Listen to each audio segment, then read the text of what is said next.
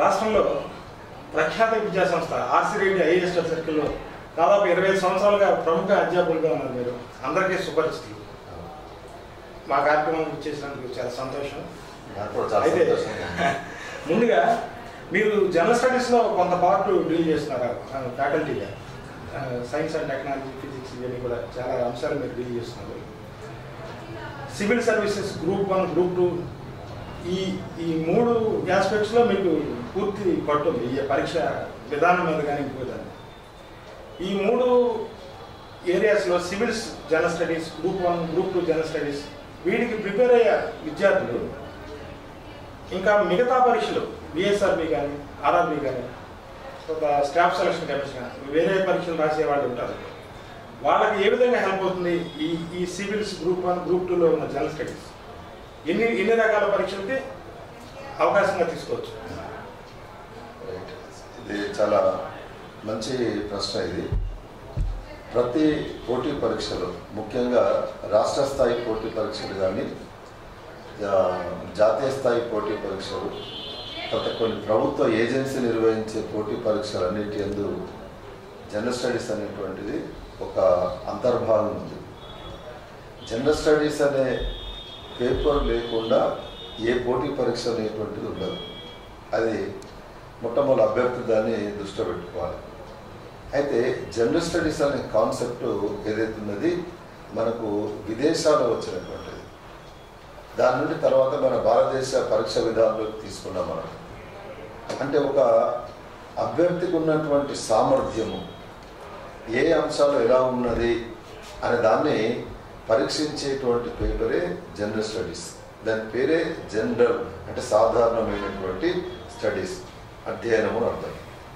కాబట్టి general studies అనేటువంటి దాంట్లో మనకు అనేక అంశాలను ఇప్పుడు దాన్ని మనం సెపరేట్గా చెప్పుకుంటాము. అయితే ఒక అభ్యర్థి ఇందాక మాస్టర్ గారు అడిగినట్టుగా మన గ్రూప్ 2, గ్రూప్ 1 సివిల్ సర్వీసెస్ ఈ జనరల్ స్టడీస్ పేపర్లు ఏదైతే ఉందో వాటిని బాగా ప్రిపేర్ అయినట్లయితే అదే అవగాహనతోటి, అదే సిలబస్ తోటి మనం ఇతర పోటీ పరీక్షలను కూడా చాలా సులభంగా, సునాయాసంగా రాయవచ్చు. ఫర్ ఎగ్జాంపుల్, ఈ మధ్య ఎస్ఐ ఎగ్జామ్లో కానీ, కానిస్టేబుల్ రిక్రూట్మెంట్లో కానీ, లేదా స్టాఫ్ సెలక్షన్ కమిషన్లో, ఆర్ఆర్బిలో వస్తున్న సెలక్షన్ గమనించినట్టయితే ఎక్కువ సెలెక్ట్ అవుతున్నటువంటి వాళ్ళు మన గ్రూప్ 2కి వస్తున్నటువంటి అభ్యర్థులు సెలెక్ట్ అవుతున్నారు. కారణం ఏంటంటే గ్రూప్ 2 ఎగ్జామినేషన్ దృష్ట్యా జనరల్ స్టడీస్లో ఒక అభ్యర్థి చాలా లోతుగా విశ్లేషణాత్మక చదువుతాడు కాబట్టి అది ఇతర పోటీ పరీక్షలన్నిటికీ కూడా చాలా చాలా ఉపయోగపడుతుంది.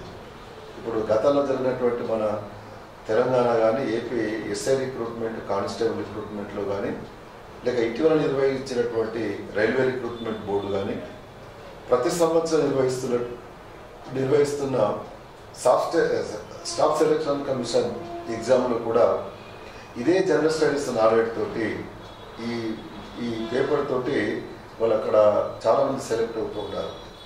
ఒక విధంగా చెప్పాలంటే అన్ని పోటీ పరీక్షలకు తొలిమెట్టు లాంటిది ఏంటిదంటే జనరల్ స్టడీస్. కాబట్టి ఇది బాగా చదివినట్లయితే ఒక అభ్యర్థి జిల్లా స్థాయి పరీక్షలు మొదలుకుంటే రాష్ట్ర స్థాయి, జాతీయ స్థాయి పోటీ పరీక్షలకు అన్నిటికీ కూడా సులభంగా తాను అపేర్ కావచ్చు, అనుకున్నటువంటి విజయాన్ని సాధించవచ్చు. అంటే ఎంత శాతం ఇప్పుడు for example RRB, staff selection commission ఈ పరీక్షలు తీసుకుంటే ఈ గ్రూప్ 2, గ్రూప్ 1 సివిల్స్లో ఉన్న ఈ జనరల్ స్టడీస్ ఎంత భాగం అక్కడ హెల్ప్ అవుతుందంటారు? రైట్.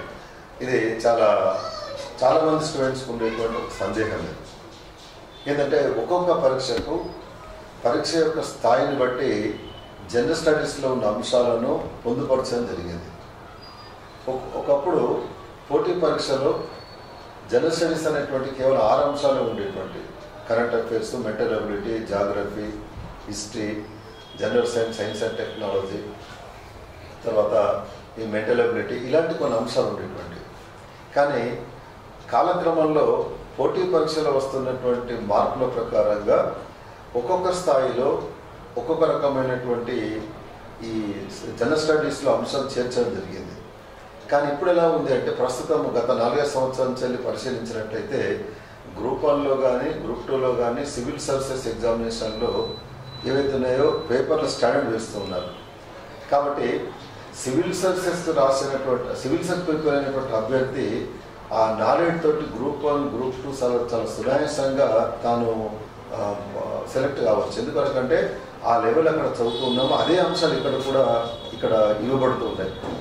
ఒక ప్రత్యక్షమైన ఎగ్జాంపుల్ అంటే ఇటీవల జరిగినటువంటి గ్రూప్ 4 ఎగ్జామ్ కానీ, తెలంగాణలో జరిగిన కానిస్టేబుల్ ఎగ్జామ్ కానీ, లేదా గతంలో జరిగినటువంటి AP constable recruitment, SI recruitment ఎగ్జామ్లు తీసుకుంటే ఈ గ్రూప్ 1లో గ్రూప్ 2లో సివిల్ సర్వీస్ అయినటువంటి అభ్యర్థులు చాలామంది ఇక్కడ విజయాన్ని సాధించారు. ఎందుకంటే అక్కడ చదివిన అంశాలు ఇక్కడ కూడా ఉన్నాయి కాబట్టి అదంటే ఆ వైపు ఎగ్జామ్స్కు, జాతీయ స్థాయి ఎగ్జామినేషన్స్కు పరీక్షలకు, ఇటు రాష్ట్ర స్థాయి పోటీ పరీక్షలకు కూడా ఉపయోగపడుతున్నాయని.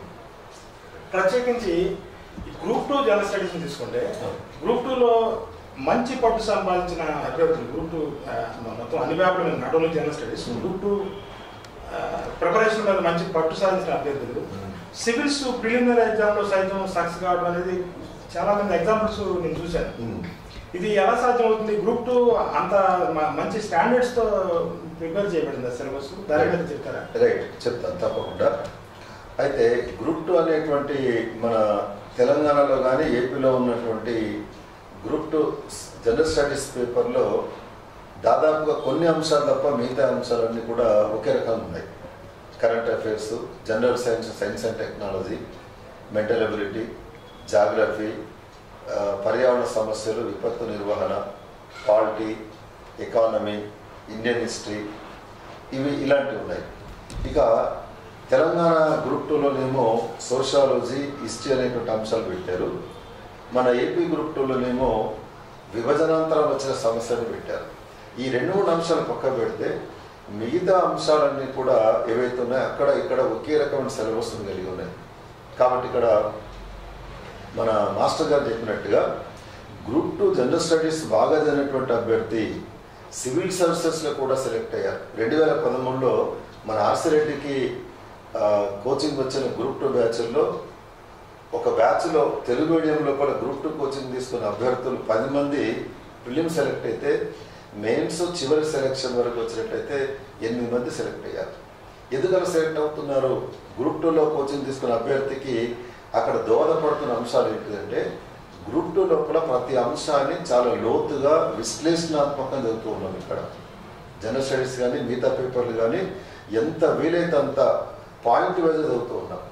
కాబట్టి ఎక్కడ కూడా ఏ అంశాన్ని వదిలివేయకుండా ఒకవైపు ఫ్యాకల్టీ బోధిస్తున్నారు, రెండో వైపు మంచి బుక్స్ అందుబాటులో ఉన్నాయి, మెటీరియల్స్ అందుబాటులో ఉన్నాయి, విద్యార్థి కూడా దాన్ని మంచి అవకాశంగా తీసుకుని బాగా ప్రిపేర్ అవుతారు, లోతుగా ప్రిపేర్ అవుతున్నారు. సందర్భం వచ్చింది కాబట్టి ఒక అంశం చెప్తూ ఉన్నాను. 2008, 2011, 2012 గ్రూప్ 1 ప్రిలిమ్స్లో టాపర్ ఎవరు అంటే గ్రూప్ 2 కోచింగ్ వచ్చినటువంటి మన ఆర్సి రెడ్డి విద్యార్థులు సెలెక్ట్ అయ్యారు. టాపర్స్ వాళ్ళు వచ్చింది గ్రూప్ 2 ఎగ్జామినేషన్ కోచింగ్, కానీ గ్రూప్ 1 ప్రిలిమ్స్ టాపర్ అయ్యారు. ఎందుకంటే జనరల్ స్టడీస్ పేపర్ను సమగ్రంగా, ఆమూలాగ్రంగా, క్షుణ్ణంగా, లోతుగా, విశ్లేషణాత్మకంగా చదవడం వల్ల వాళ్ళు అటువంటి స్టాండర్డ్ పేపర్లో కూడా 150 మార్కులకు 130 మార్కుల పైన సంపాదించి మొదటి ర్యాంకు సాధించారు. ఇది 3 సార్లు జరిగినటువంటి గ్రూప్ ఎగ్జామ్లో, గ్రూప్ 1 ప్రిలిమ్స్ ఎగ్జామినేషన్లో. ఇది ఎట్లా సాధ్యమైందంటే లోతైనటువంటి అధ్యయనము. అది ఒక గ్రూప్ 2లో మాత్రమే మనకు అందుబాటులో ఉంది. ఫ్యాకల్టీ కూడా బోధించేటప్పుడు ఒక్కొక్క సబ్జెక్టు ఏమేమి అంశాలు ఉన్నాయి, ఆ అంశాలను మనం ఎలా చదువుకోవాలి, చదివిన తర్వాత క్వశ్చన్ పేపర్ ఎట్లా ప్రాక్టీస్ చేయాలని చెప్తూ ఉన్నారు. కాబట్టి వాళ్ళ మార్గనిర్దేశకంలో విద్యార్థులు ప్రిపేర్ అవుతూ వాళ్ళు చెప్పినట్టుగా అనుసరించడం వల్ల టాపర్స్ అందరూ వీళ్ళే అవుతున్నారు. మీకు ఒక నమ్మలేనటువంటి ఒక నిజాన్ని ఏం చెప్పాలి అంటే 2012 ఎస్ఐ రిక్రూట్మెంట్ ఎగ్జామ్ పేపర్ అయిన తర్వాత అందులో ఉన్న జనరల్ స్టడీస్ పేపరు ఆ కాలంలోనే చాలా టఫ్గా లోతుగా ఇచ్చారు. చాలామంది ఎస్ఐ కోచింగ్ రాసిన, ఎస్ఐ ఎగ్జామ్ రాసినటువంటి స్టూడెంట్స్ అక్కడ కొంతమంది ప్రిలిమ్స్లో వాళ్ళు గట్టెక్కలేకపోయారు. ప్రిలిమ్స్ అంటే జనరల్ స్టడీస్లో కదా, గట్టెక్కగా మళ్ళీ గ్రూప్ 2 కోచింగ్లో వచ్చి జాయిన్ అయ్యి ఇక్కడ జనరల్ స్టడీస్లో మంచి డెప్త్గా నాలెడ్జ్ సంపాదించుకుని వెళ్ళి రాసి తర్వాత సెలెక్ట్ అవ్వడం జరిగింది. అంత లోతుగా ఈ గ్రూప్ 2 జనరల్ స్టడీస్లో చెప్పడం జరుగుతుంది.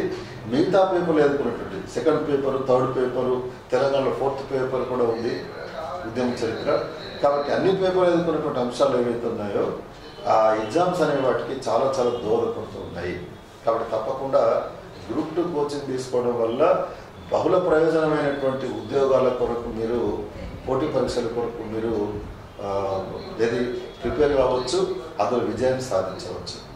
అటు ఆంధ్రప్రదేశ్లో కానీ ఇక్కడ తెలంగాణలో కానీ గ్రూప్ 2కి ప్రిపేర్ అయ్యే వాళ్ళ సంఖ్య లక్షల సంఖ్యలో ఉంటుంది. వాళ్ళ కళ గ్రూప్ 2 అధికారి కావడం. అసలు గ్రూప్ 2 సక్సెస్ కావాలంటే అభ్యర్థి ప్రిపరేషన్ ఎలా ఉండాలంటారు? ఎలాంటి వాళ్ళు సక్సెస్ అవుతున్నారు మీ అనుభవంతో చెప్తారా? అయితే ఇక్కడ మనం చర్చించే ముందు గతంలో గ్రూప్ 2 ఎగ్జామ్ ఎట్లా ఉండేదని ఒకసారి మనం క్లుప్తంగా చెప్పుకున్న తర్వాత ఇటువైపు వస్తే అభ్యర్థులకు చాలా క్లారిటీ ఉంటుంది. ఏంటంటే 2007 కంటే ముందు గ్రూప్ 2 ఎగ్జామినేషన్లో గ్రూప్ 1లో కానీ గ్రూప్ 2లో కానీ 2 ఆప్షన్ సబ్జెక్ట్స్ ఉండేటువంటి.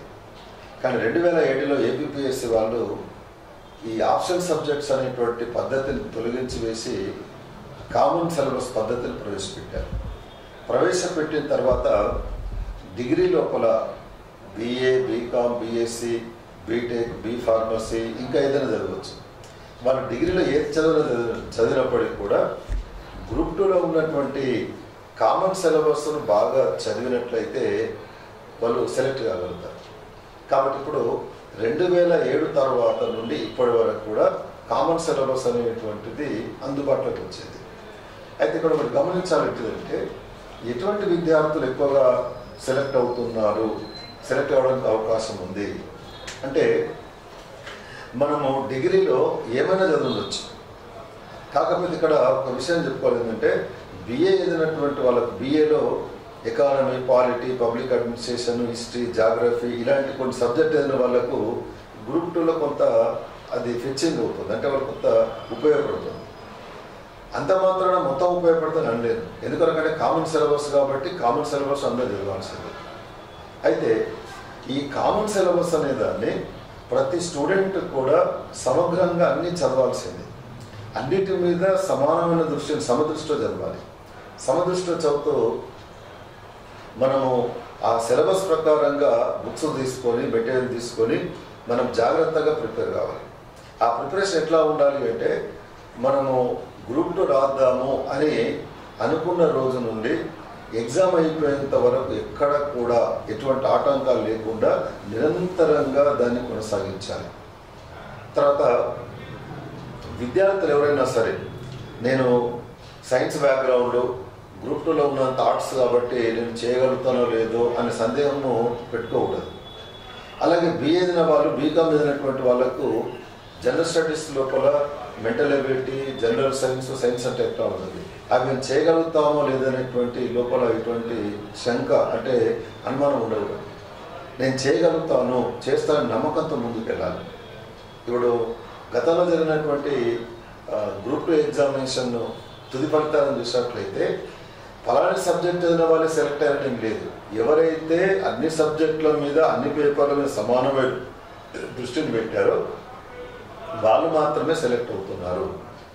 అలా కాకుండా వీళ్ళు చేసే మన అభ్యర్థులు చేసేటువంటి పొరపాటు ఏంటంటే ఒక సబ్జెక్టు వెయిటేజ్ ఎక్కువ ఉందని చెప్పి దాన్ని ఎక్కువ ఫోకస్ చేయడము, మరొక సబ్జెక్టు తక్కువ వెయిటేజ్ ఉందని చెప్పి తక్కువ ఫోకస్ చేస్తే గ్రూప్ 2లో అన్ని పేపర్లో వచ్చినటువంటి మొత్తం మార్కులను కలిపి మెరిట్ లిస్ట్ తయారు చేస్తారు.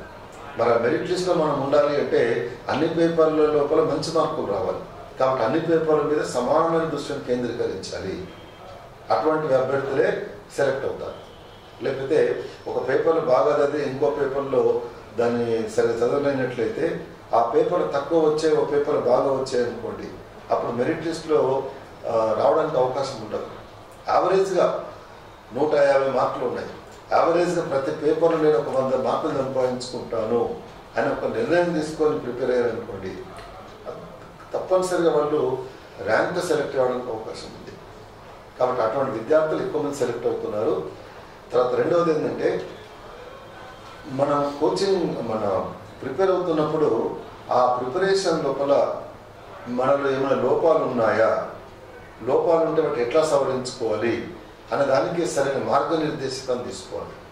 దాని కొరకు మీకు దగ్గరలో ఉన్నటువంటి ఏదైనా సబ్జెక్ట్తో సంబంధం ఉన్నటువంటి ఫ్యాకల్టీ మెంబర్లను కానీ, ప్రొఫెసర్లను కానీ, లేదా సీనియర్లను కానీ గ్రూప్ 2 ఎగ్జామ్లో సెలెక్ట్ అయినటువంటి వాళ్ళని కలిసి వాళ్ళ సలహాలు సూచనలు అడిగినట్లయితే వాళ్ళు కూడా మీకు మార్గనిర్దేశకం చేయగలుగుతారు.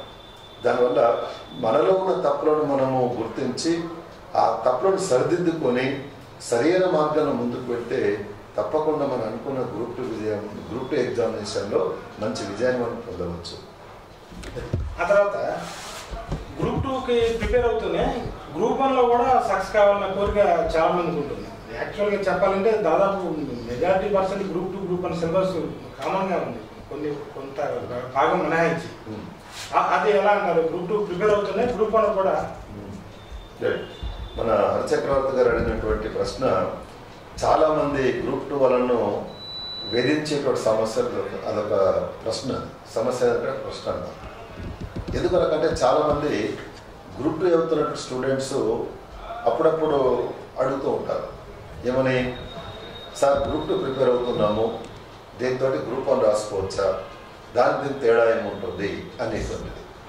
అయితే ఇక్కడ ప్రధానంగా గ్రూప్ 2కు గ్రూప్ 1కు కొన్ని తేడాలు ఉన్నాయి. ఆ తేడాలు ఏమున్నాయనేది అభ్యర్థి గ్రహించగలిగినట్లయితే మనం ఎలా ప్రిపేర్ అవ్వాలో మనకు తెలుస్తుంది. ఒకటి ఏంటంటే గ్రూప్ 2లో ఉన్నటువంటి సబ్జెక్టుల యొక్క పరిధి తక్కువ ఉంటుంది, కానీ గ్రూప్ 1లో ఉండే సబ్జెక్టుల పరిధి ఎక్కువ ఉంటుంది. అది విస్తృతంగా ఉంటుంది, చాలా లోతుగా విశ్లేషణాత్మక చదవాల్సి ఉంటుంది. తర్వాత గ్రూప్ 2 అనేది ఆబ్జెక్ట్ టైప్ ఎగ్జామినేషన్. ఒక్కొక్కసారి మనం ఎగ్జామ్ రాస్తున్నప్పుడు మనకు ఫస్ట్ చదివిన తర్వాత కనీసం మనకున్న పరిజ్ఞానంతో ఆన్సర్ని గుర్తించడానికి అవకాశం ఉంటుంది. కానీ గ్రూప్ 1 అనేది డిస్క్రిప్టివ్ ఎగ్జామ్, రాత పరీక్ష. అందులో ప్రశ్న చదివి అర్థం చేసుకొని ఇవ్వబడినటువంటి నిర్దిష్టమైన సమయం లోపల ఆ ప్రశ్నకు సరైనటువంటి సమాధానాన్ని అనుకున్న పదాల లోపల పొందుపరచగలగాలి. కాబట్టి గ్రూప్ 2 రాసేటువంటి అభ్యర్థి ఎవరైతే ఉన్నారో, గ్రూప్ 2 ప్రిపేర్ అవుతున్న వాళ్ళు, అందులో చదివేటువంటి సబ్జెక్టులే గ్రూప్ 1 మెయిన్స్లో కూడా ఉన్నాయి. కాబట్టి గ్రూప్ 2లో చదివేటువంటి ప్రతి సబ్జెక్టు కూడా గ్రూప్ 1 ఎగ్జామినేషన్లో ఒక బేసిక్ టాపిక్ లాగా మీకు ఉపయోగపడుతుంది. ఫర్ ఎగ్జాంపుల్, ఇప్పుడు మీరు జనరల్ స్టడీస్ లోపల జాగ్రఫీ అవుతున్నారు, మెయిన్స్లో గ్రూప్ 1 మెయిన్స్లో జాగ్రఫీ ఉంది. డిజాస్టర్ మేనేజ్మెంట్ అవుతున్నారు, అక్కడ డిజాస్టర్ మేనేజ్మెంట్ ఉంది. ఇక్కడ economy, polity, science and technology, history ఇవన్నీ చదువుతున్నాం, అవి కూడా మెయిన్స్ ఎగ్జామినేషన్లో ఉన్నాయి. కాబట్టి గ్రూప్ 2 చదువుతున్నటువంటి అభ్యర్థులు ఎవరైనా సరే దాన్ని ఏం చేయాలంటే కొంచెం ఆ పరిధిని విస్తరించుకోవాలి. ఎలా విస్తరించుకోవాలని ఒక ఉదాహరణ చెప్తున్నాను. మన సైన్స్ అండ్ టెక్నాలజీ చెప్తున్నాను. సైన్స్ అండ్ టెక్నాలజీలో భారత అంతరిక్ష పరిశోధన సంస్థ గురించి, అది సాధిస్తున్న విజయాల గురించి మనం చదువుకుంటాం. అదే సిలబస్ గ్రూప్ 1 మెయిన్స్లో కూడా ఉంది.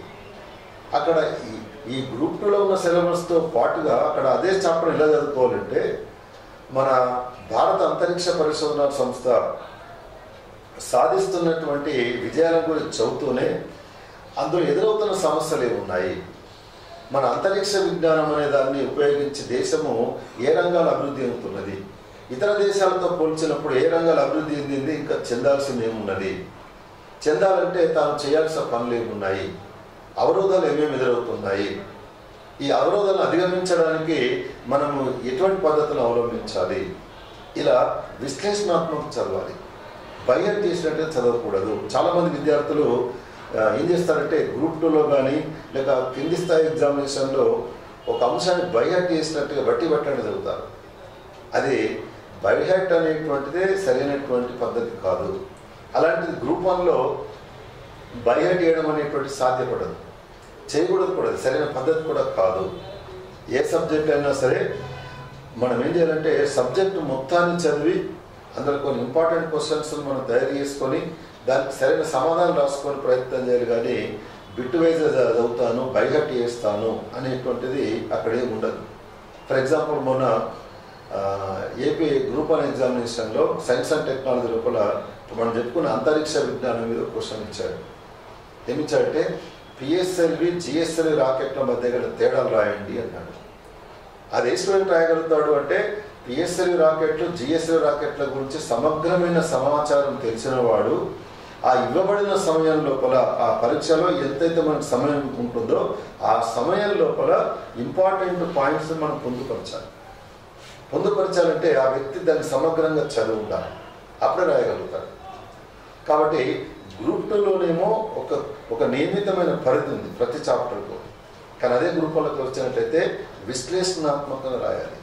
సివిల్ సర్వీసెస్లో లాస్ట్ ఇయర్ కానీ ఈ సంవత్సరం ప్రశ్న ఇచ్చారు.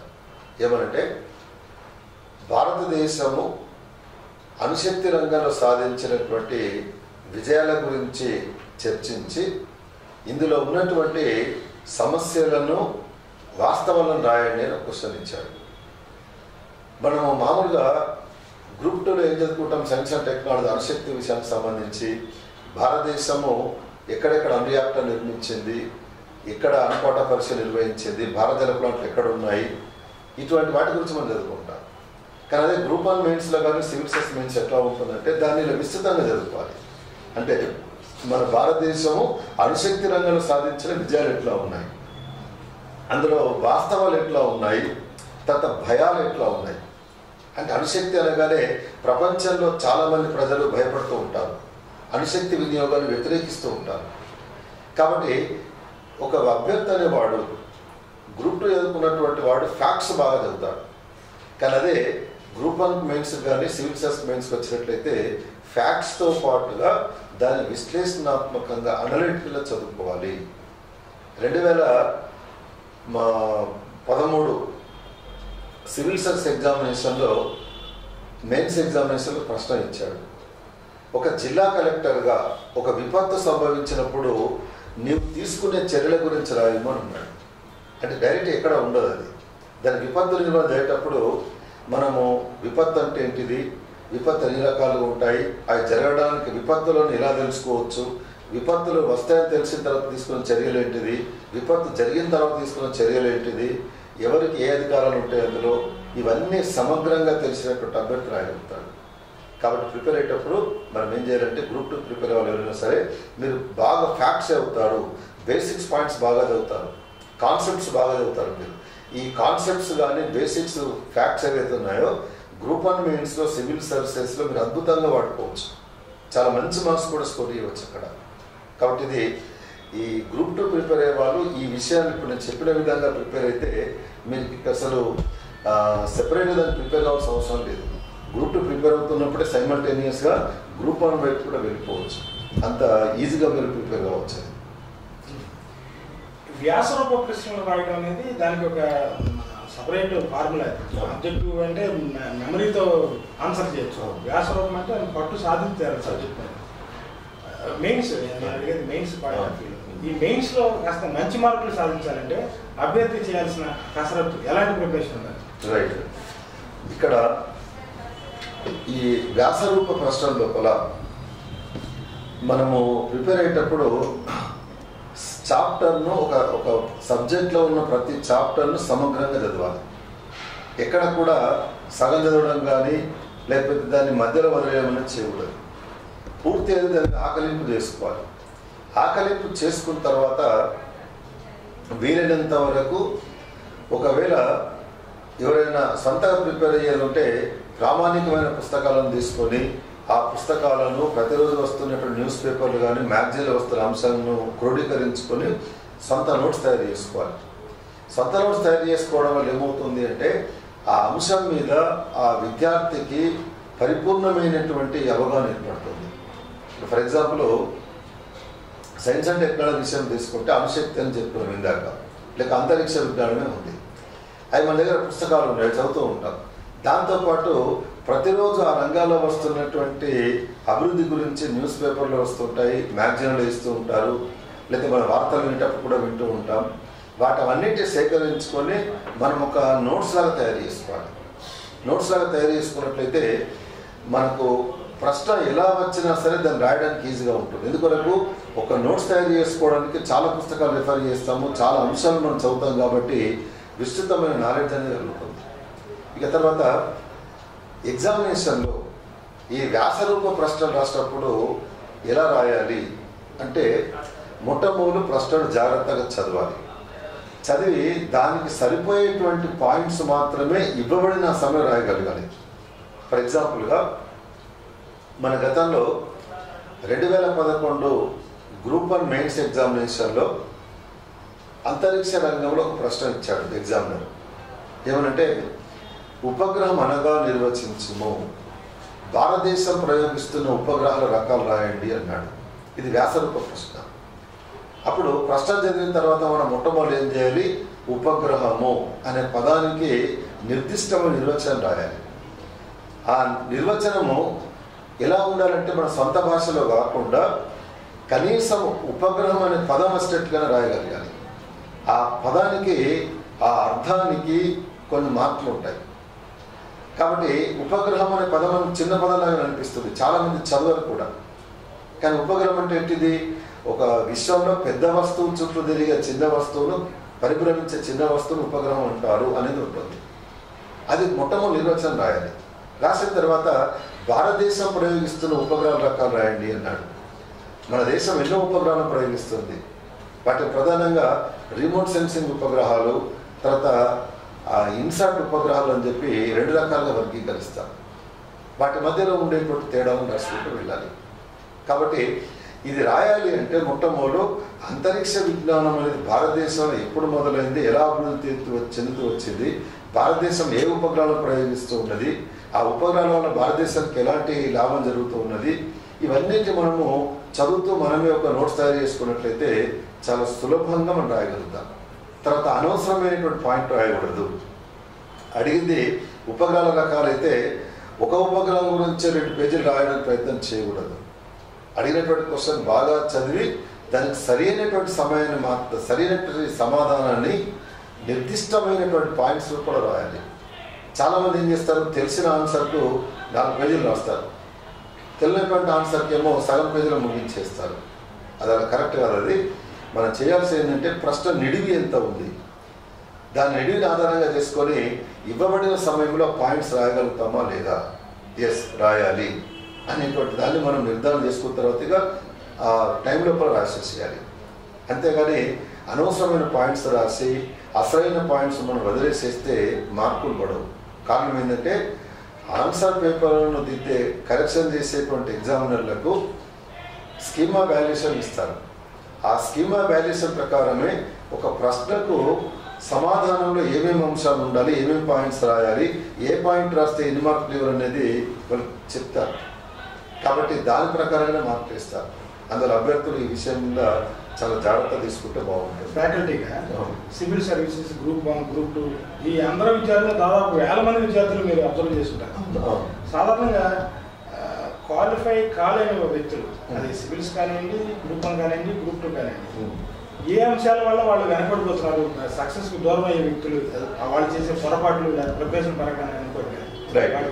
రైట్, ఇది మన హర్చక్రవర్తి సార్ అడిగినటువంటి చాలా మంచి ప్రశ్న.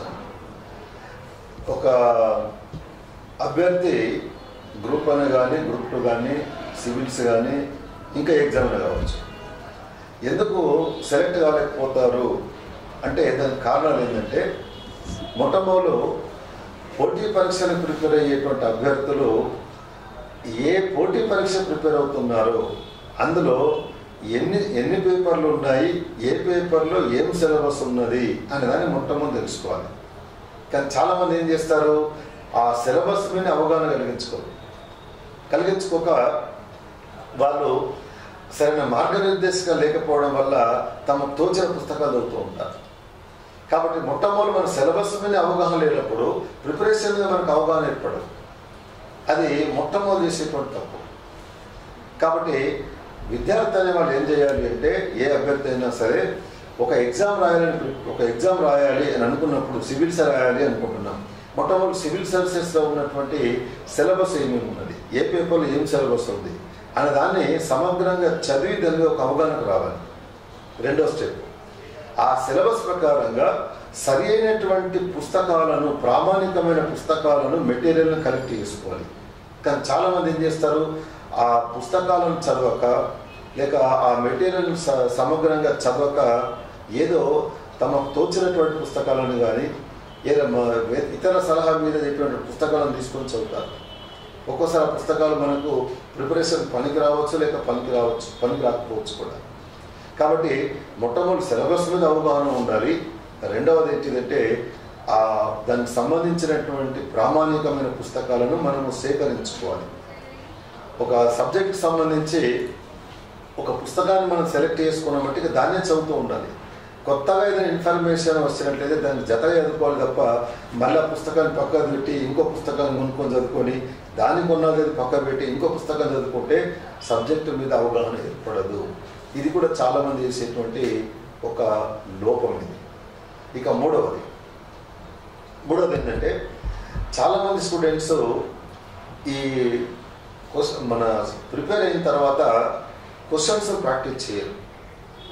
క్వశ్చన్స్ ప్రాక్టీస్ ఎందుకు చేయరు అంటే వాళ్ళకు ఏ ప్రశ్న వస్తుంది, ఎలా వస్తుందని తెలియదు. కాబట్టి తెలిసినటువంటి ఫ్యాకల్టీ దగ్గరికి కానీ లేదా సెలెక్ట్ అయినటువంటి అభ్యర్థుల దగ్గరికి కానీ లేక మార్కెట్లో లేదా ఇంటర్నెట్లో కూడా ఎగ్జామ్కి సంబంధించిన ప్రీవియస్ పేపర్స్ ఉంటాయి. ఇప్పుడు ఏపీఎస్ఏ ఉంది, లేక సివిల్స్ ఉంది. వాళ్ళు ప్రీవియస్ పేపర్స్ అన్నీ ఇంటర్నెట్లో అప్లోడ్ చేస్తారు. ఆ పేపర్ను మనం ప్రింట్అవుట్ తీసుకొని ఆ సబ్జెక్ట్లో ఎలాంటి క్వశ్చన్స్ వస్తున్నాయి, నేను ఎట్లా ప్రిపేర్ అయ్యాను, ఇంకా ఎలా ప్రిపేర్ కావాలి అనే దాన్ని తెలుసుకోవాలంటే ప్రాక్టీస్ చేయాలి. అలా ప్రాక్టీస్ చేయాలంటే ఉదాహరణకి ఇప్పుడు సమాచార సాంకేతిక రంగం అనేది ఉంది. భారతదేశంలో సమాచార సాంకేతిక రంగం వల్ల సామాజికమైనటువంటి మార్పులు ఎలా జరుగుతున్నాయి అని ఒక క్వశ్చన్ వచ్చింది అనుకోండి. అప్పుడు ఏం చేయాలి, ఆయన చదవడం బాగా చదువుతాడు, కానీ ఇచ్చినటువంటి సమయంలో కరెక్ట్ నేను రాయగలుగుతున్నానా లేదా తెలుసుకోవాలనుకున్నప్పుడు తానే మొట్టమొదటి అలాంటి క్వశ్చన్స్ ఫ్రేమ్ చేసుకొని తానే ఆన్సర్ రాసుకోవాలి. ఆ ఆన్సర్ కూడా గంటలో రాయకూడదు. ఎగ్జామ్లో ఎంత టైం ఇస్తారు మనకు? 10 నిమిషాలు 12 నిమిషాలు టైం ఉంటుంది, లేక 15 నిమిషాలు ఉంటుంది. ఆ 15 నిమిషాల్లో ఆ ప్రశ్నకు మనం సరైన సమాధానం రాయగలుగుతున్నామా లేదా అనే దాన్ని మనం ప్రాక్టీస్ చేయాలి. ప్రాక్టీస్ చేసిన తర్వాత అందుబాటులో ఉంటే ఏమైనా సీనియర్లకు కానీ లేక ఫ్యాకల్టీ కానీ చూపించి కరెక్షన్ చేయించుకొని అందులో ఉన్నటువంటి తప్పులను తెలుసుకొని సరిదిద్దుకోవాలి. చాలామంది ఇది చెయ్యరు, చదవడం బాగా చదువుతారు కానీ క్వశ్చన్ పేపర్ను ప్రాక్టీస్ చేయరు. తర్వాత నాలుగవది ఏంటంటే కొంతమందికి ఈ మధ్య బాగా గమనిస్తున్నాము, ఒక సబ్జెక్ట్లో మాకు అన్నీ తెలుసు అనుకుంటారు. వాళ్ళకి తెలిసింది తక్కువ కానీ మాకు ఈ సబ్జెక్టు మొత్తం తెలుసు అనే అతి విశ్వాసానికి వెళ్తారు. అక్కడ అభ్యర్థి కావాల్సింది ఆత్మవిశ్వాసం కావాలి, కానీ అతి విశ్వాసము, ఓవర్ కాన్ఫిడెన్స్ అనేది ఉండకూడదు. ఈ ఓవర్ కాన్ఫిడెన్స్ వల్ల ఏమవుతుందంటే పలానా సబ్జెక్టు తెలుసు లేక పలానా పేపర్ తెలుసు, నాకు నేను చదువుకుని రాయగలుగుతాను అని అనుకుంటారు. కానీ ఎగ్జామ్కి వెళ్ళేసరికి ఆ ప్రశ్నలకు సరిగ్గా సమాధానం రాయలేక వెనుకబడిపోతారు. అతి విశ్వాసం పనికిరాదు, ఆత్మవిశ్వాసాన్ని పెంచుకోవాలి. ఏ సబ్జెక్ట్ వాళ్ళైనా సరే ఆత్మవిశ్వాసాన్ని పెంచుకోవాలి తప్ప అతి విశ్వాసానికి వెళ్ళకూడదు. ఉదాహరణకి ఎంఏ ఎకానమీ చేసిన స్టూడెంట్ ఉన్నాడు, గ్రూప్స్లో కానీ సివిల్స్లో కానీ దాని మీద ఎక్కువ వెయిటేజ్ ఉంది అనుకుందాం మనం. ఆ ఎకానమీ అనేటువంటి అభ్యర్థి ఏం చేయాలి, తన మదర్ సబ్జెక్ట్ అదే కాబట్టి అందరూ పర్ఫెక్ట్గా తయారవడానికి ప్రయత్నం చేయాలి. మిగిలిన అభ్యర్థుల కంటే కూడా ఆ పేపర్లో ఎకానమీ పేపర్లో ఎక్కువ మార్కులు రావడానికి ప్రయత్నం చేయాలి. అలాగే సైన్స్ అండ్ టెక్నాలజీ ఉంది, లేక హిస్టరీ ఉంది, పాలిటీ ఉంది, ఇలా రకరకాల సబ్జెక్టులు ఉన్నాయి. అందువల్ల ఆ సబ్జెక్ట్లో నాకు అంతా తెలుసు, నేను చదవకున్నా ఏమీ కాదు అని అనుకోకూడదు. అందరూ అంత పర్ఫెక్ట్గా తయారై ఎన్ని మార్క్స్ కోటి ఎక్కువ చేయగలిగితే వాళ్ళంతా లాభపడతారు. మన ఈ సందర్భంలో హరిచక్రవర్తి గారు కూడా ఆయన కూడా తెలిసి ఉంటుంది, ఒక అనుభవం చెప్తున్నాను. 2008వ సంవత్సరంలో గ్రూప్ 1లో డేటా ఇంటర్ప్రిటేషన్ అనేది ఒక పేపర్ ఉంది, రైట్? అది 150 మార్కుల పేపర్. కొంతమంది ఎంఎస్సి మ్యాథమెటిక్స్ చేసిన వాళ్ళు, ఎంఎస్సి స్టాటిస్టిక్స్ చేసినటువంటి వాళ్ళు, అలాగే కొంత సైన్స్ బ్యాక్గ్రౌండ్ చేసిన వాళ్ళు ఏం చేశారంటే కొంతమంది దాన్ని నెగ్లెక్ట్ చేశారు. నెగ్లెక్ట్ చేయడం వల్ల ఎగ్జామ్కి వెళ్ళారు, కానీ ఇవ్వబడినటువంటి టైం లోపల వాళ్ళు అన్ని క్వశ్చన్స్ అటెంప్ట్ చేయలేకపోయారు. కానీ కొంత తెలివైన అభ్యర్థులు ఏం చేశారంటే ఇది మా సబ్జెక్టు, కాబట్టి ఇందులో మేము ఎక్కువ మార్క్స్ స్కోర్ చేయాలని చెప్పేసి అని చాలా బాగా ప్రాక్టీస్ చేశారు. అందులో 150 మార్కులకు 120కి పైగా స్కోర్ చేసి ఆ ఒక్క పేపర్తో మెరిట్ లిస్ట్లో స్థానం సంపాదించి ఉద్యోగం పొందినటువంటి అభ్యర్థులు చాలా మంది ఉన్నారు. 140 దాకా ఉన్నది మన 140 వరకు వెళ్ళింది. ఎందుకు చెప్తున్నామంటే తెలివైన అభ్యర్థి అలా ఆలోచించాలి. కాబట్టి అతి విశ్వాసం ఇక్కడ పనికి కాదు, ఆత్మవిశ్వాసం మాత్రమే కావాలి. ఎకానమీ ఉంది, ఎకానమీ ఒక బ్యూటిఫుల్ సబ్జెక్ట్. పాలిటీ ఉంది, పార్టీలు ఏం చేస్తున్నారు, లేటెస్ట్గా వస్తున్న జడ్జిమెంట్లను క్రోడీకరించి లేకపోతే లేటెస్ట్గా వస్తున్నటువంటి మన రాజ్యాంగ సవరణను క్రోడీకరిస్తూ ప్రశంసిస్తున్నారు. దానికి పాలిటీ అభ్యర్థులు అనుకోండి, అందులో ఎక్కువ మార్క్స్ వేయడానికి ప్రయత్నం చేయాలి. అలాగే హిస్టరీ అనేటువంటి వాడు. కాబట్టి అతి విశ్వాసం వెళ్ళకుండా ఆత్మవిశ్వాసంతో ప్రిపేర్ అయితే ఆ సబ్జెక్ట్లో ఒక్క పేపర్లో ఎక్కువ మార్కులు సంపాదించుకోగలిగితే ఆటోమేటిక్గా మన ర్యాంక్ పెరుగుతుంది, మనము టాప్ ర్యాంకులో సెలెక్ట్ కావచ్చు. ఇది అభ్యర్థులు తీసుకోవాల్సినటువంటిది. తర్వాత ఒకసారి ఎగ్జామ్ రాసిన తర్వాత మనము సెలెక్ట్ అయ్యామనుకోండి, సెటిల్ అయిపోతాం, జీవితంలో సెటిల్ అయిపోతాం. ఒకవేళ దురదృష్టవశాత్తు అనుకున్న జాబ్ రాలేదు లేక సెలెక్ట్ కాలేదు అనుకోండి, అప్పుడు ఏం చేయాలంటే ఈ ఎగ్జామ్కు ఎన్ని పేపర్లు ఉన్నాయి, ఏమేమి సబ్జెక్టులు ఉన్నాయి, తను ఎలా ప్రిపేర్ అయ్యాడు, ఆ ప్రిపరేషన్లో తాను చేసిన లోపాలు ఏంటిది, సెలెక్ట్ అయిన వాళ్ళు చేసినటువంటి అక్కడ ప్లస్ పాయింట్స్ ఉన్నాయి, ఒకసారి బేరీజ్ వేసుకోవాలి. బేరీజ్ వేసుకున్నట్లయితే ఆటోమేటిక్గా తనలో ఉన్న తప్పులను తను తెలిసిపోతుంది. ఆ తప్పులను సవరించుకుంటే తప్పకుండా స్టూడెంట్స్ అందరూ సవరించుకుని నెక్స్ట్ టైం అటెంప్ట్ చేసినప్పుడు వాళ్ళు టాప్ ర్యాంక్లో సెలెక్ట్ అవుతారు.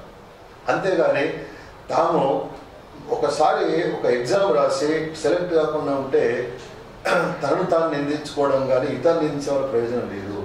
తనలో ఉన్న తప్పులను వెతుక్కోవాలి. తన తప్పులను వెతుక్కున్నవాడు ధన్యుడు సమత అనేది మన తెలుగు కూడా ఉంది. కాబట్టి ఆ తప్పులను వెతుక్కోగలిగితే తప్పనిసరిగా మనకు అటెంప్ట్స్ ఉంటాయి, నెంబర్ ఆఫ్ అటెంప్ట్స్ ఉంటాయి. ఈ ఎగ్జామ్ ఈ సంవత్సరం మరో సంవత్సరం సెలెక్ట్ అవుతాము, ఆ సంవత్సరం ఇంకో సంవత్సరం సెలెక్ట్ అవుతూ ఉంటాము. ఒక ఆయన నేను ఎంఎస్సీ చేసే రోజుల్లో ఆయన టార్గెట్ ఏంటంటే ఐఏఎస్ రావడం. ఒకటిసారి రాశాడు, 2 సార్లు రాశాడు, 3 సార్లు రాశాడు. చివరి అటెంప్ట్ వరకు రాసి చివరికి ఐఏఎస్ ఆఫీసర్ సెలెక్ట్ అయ్యాడు. అని పట్టుదల ఒకటి ఐఏఎస్ కావాలి. మరి మొదటి అటెంప్ట్ నేను తప్పు చేశాను, అక్కడ సెలెక్ట్ అయిన వాళ్ళు అడిగాడు, నేను ఈ బుక్స్ ప్రిపేర్ అయ్యాను, నేను ఇంకా ఏ బుక్స్ ప్రిపేర్ కావాలి. అలా తనలో ఉన్న తప్పులను సరిదిద్దుకుంటూ వెళ్ళి చివరికి తన యొక్క కోరిక అయినటువంటి తన కళ అయినటువంటి ఐఏఎస్ను జాబ్ను పొంది ఆయన సీనియర్ మోస్ట్ ఐఏఎస్ ఆఫీసర్గా చేస్తూ ఉన్నాడు. కాబట్టి తమలో ఉన్న తప్పులను తప్పకుండా వెతుక్కుంటే అది విజయానికి సోపానంలాగా మారిపోతుంది. ఈ కాంపిటేటివ్ ఎగ్జామ్స్కి ప్రిపేర్ అయ్యే స్టూడెంట్స్ అంటే అది సివిల్ సర్వీస్ కానీ గ్రూప్ 1 గ్రూప్ 2 అన్నీ మీకు తెలుసు కాబట్టి ఏ ఎగ్జామ్ అయినా సక్సెస్ కావాలంటే రోజుకి ఎన్ని గంటలు చదవాలి అనేది ప్రాథమికంగా ప్రతి అభ్యర్థికి మెదడు పని చేసే ఈ విషయంలో మీ ఫీలింగ్స్ చెప్తారా? చెప్తాను. రైట్ సారు నేను అనుకున్న ప్రశ్న అడిగాడు. ఎందుకంటే మేము పోటీ పరీక్షలు చెప్తున్నప్పుడు దాదాపు ప్రతి అభ్యర్థి అడిగేటువంటి ప్రశ్నలే ఇది ఒక ప్రధానమైన ప్రశ్న, మేము ఎంతసేపు చదవాలి అనేటువంటిది.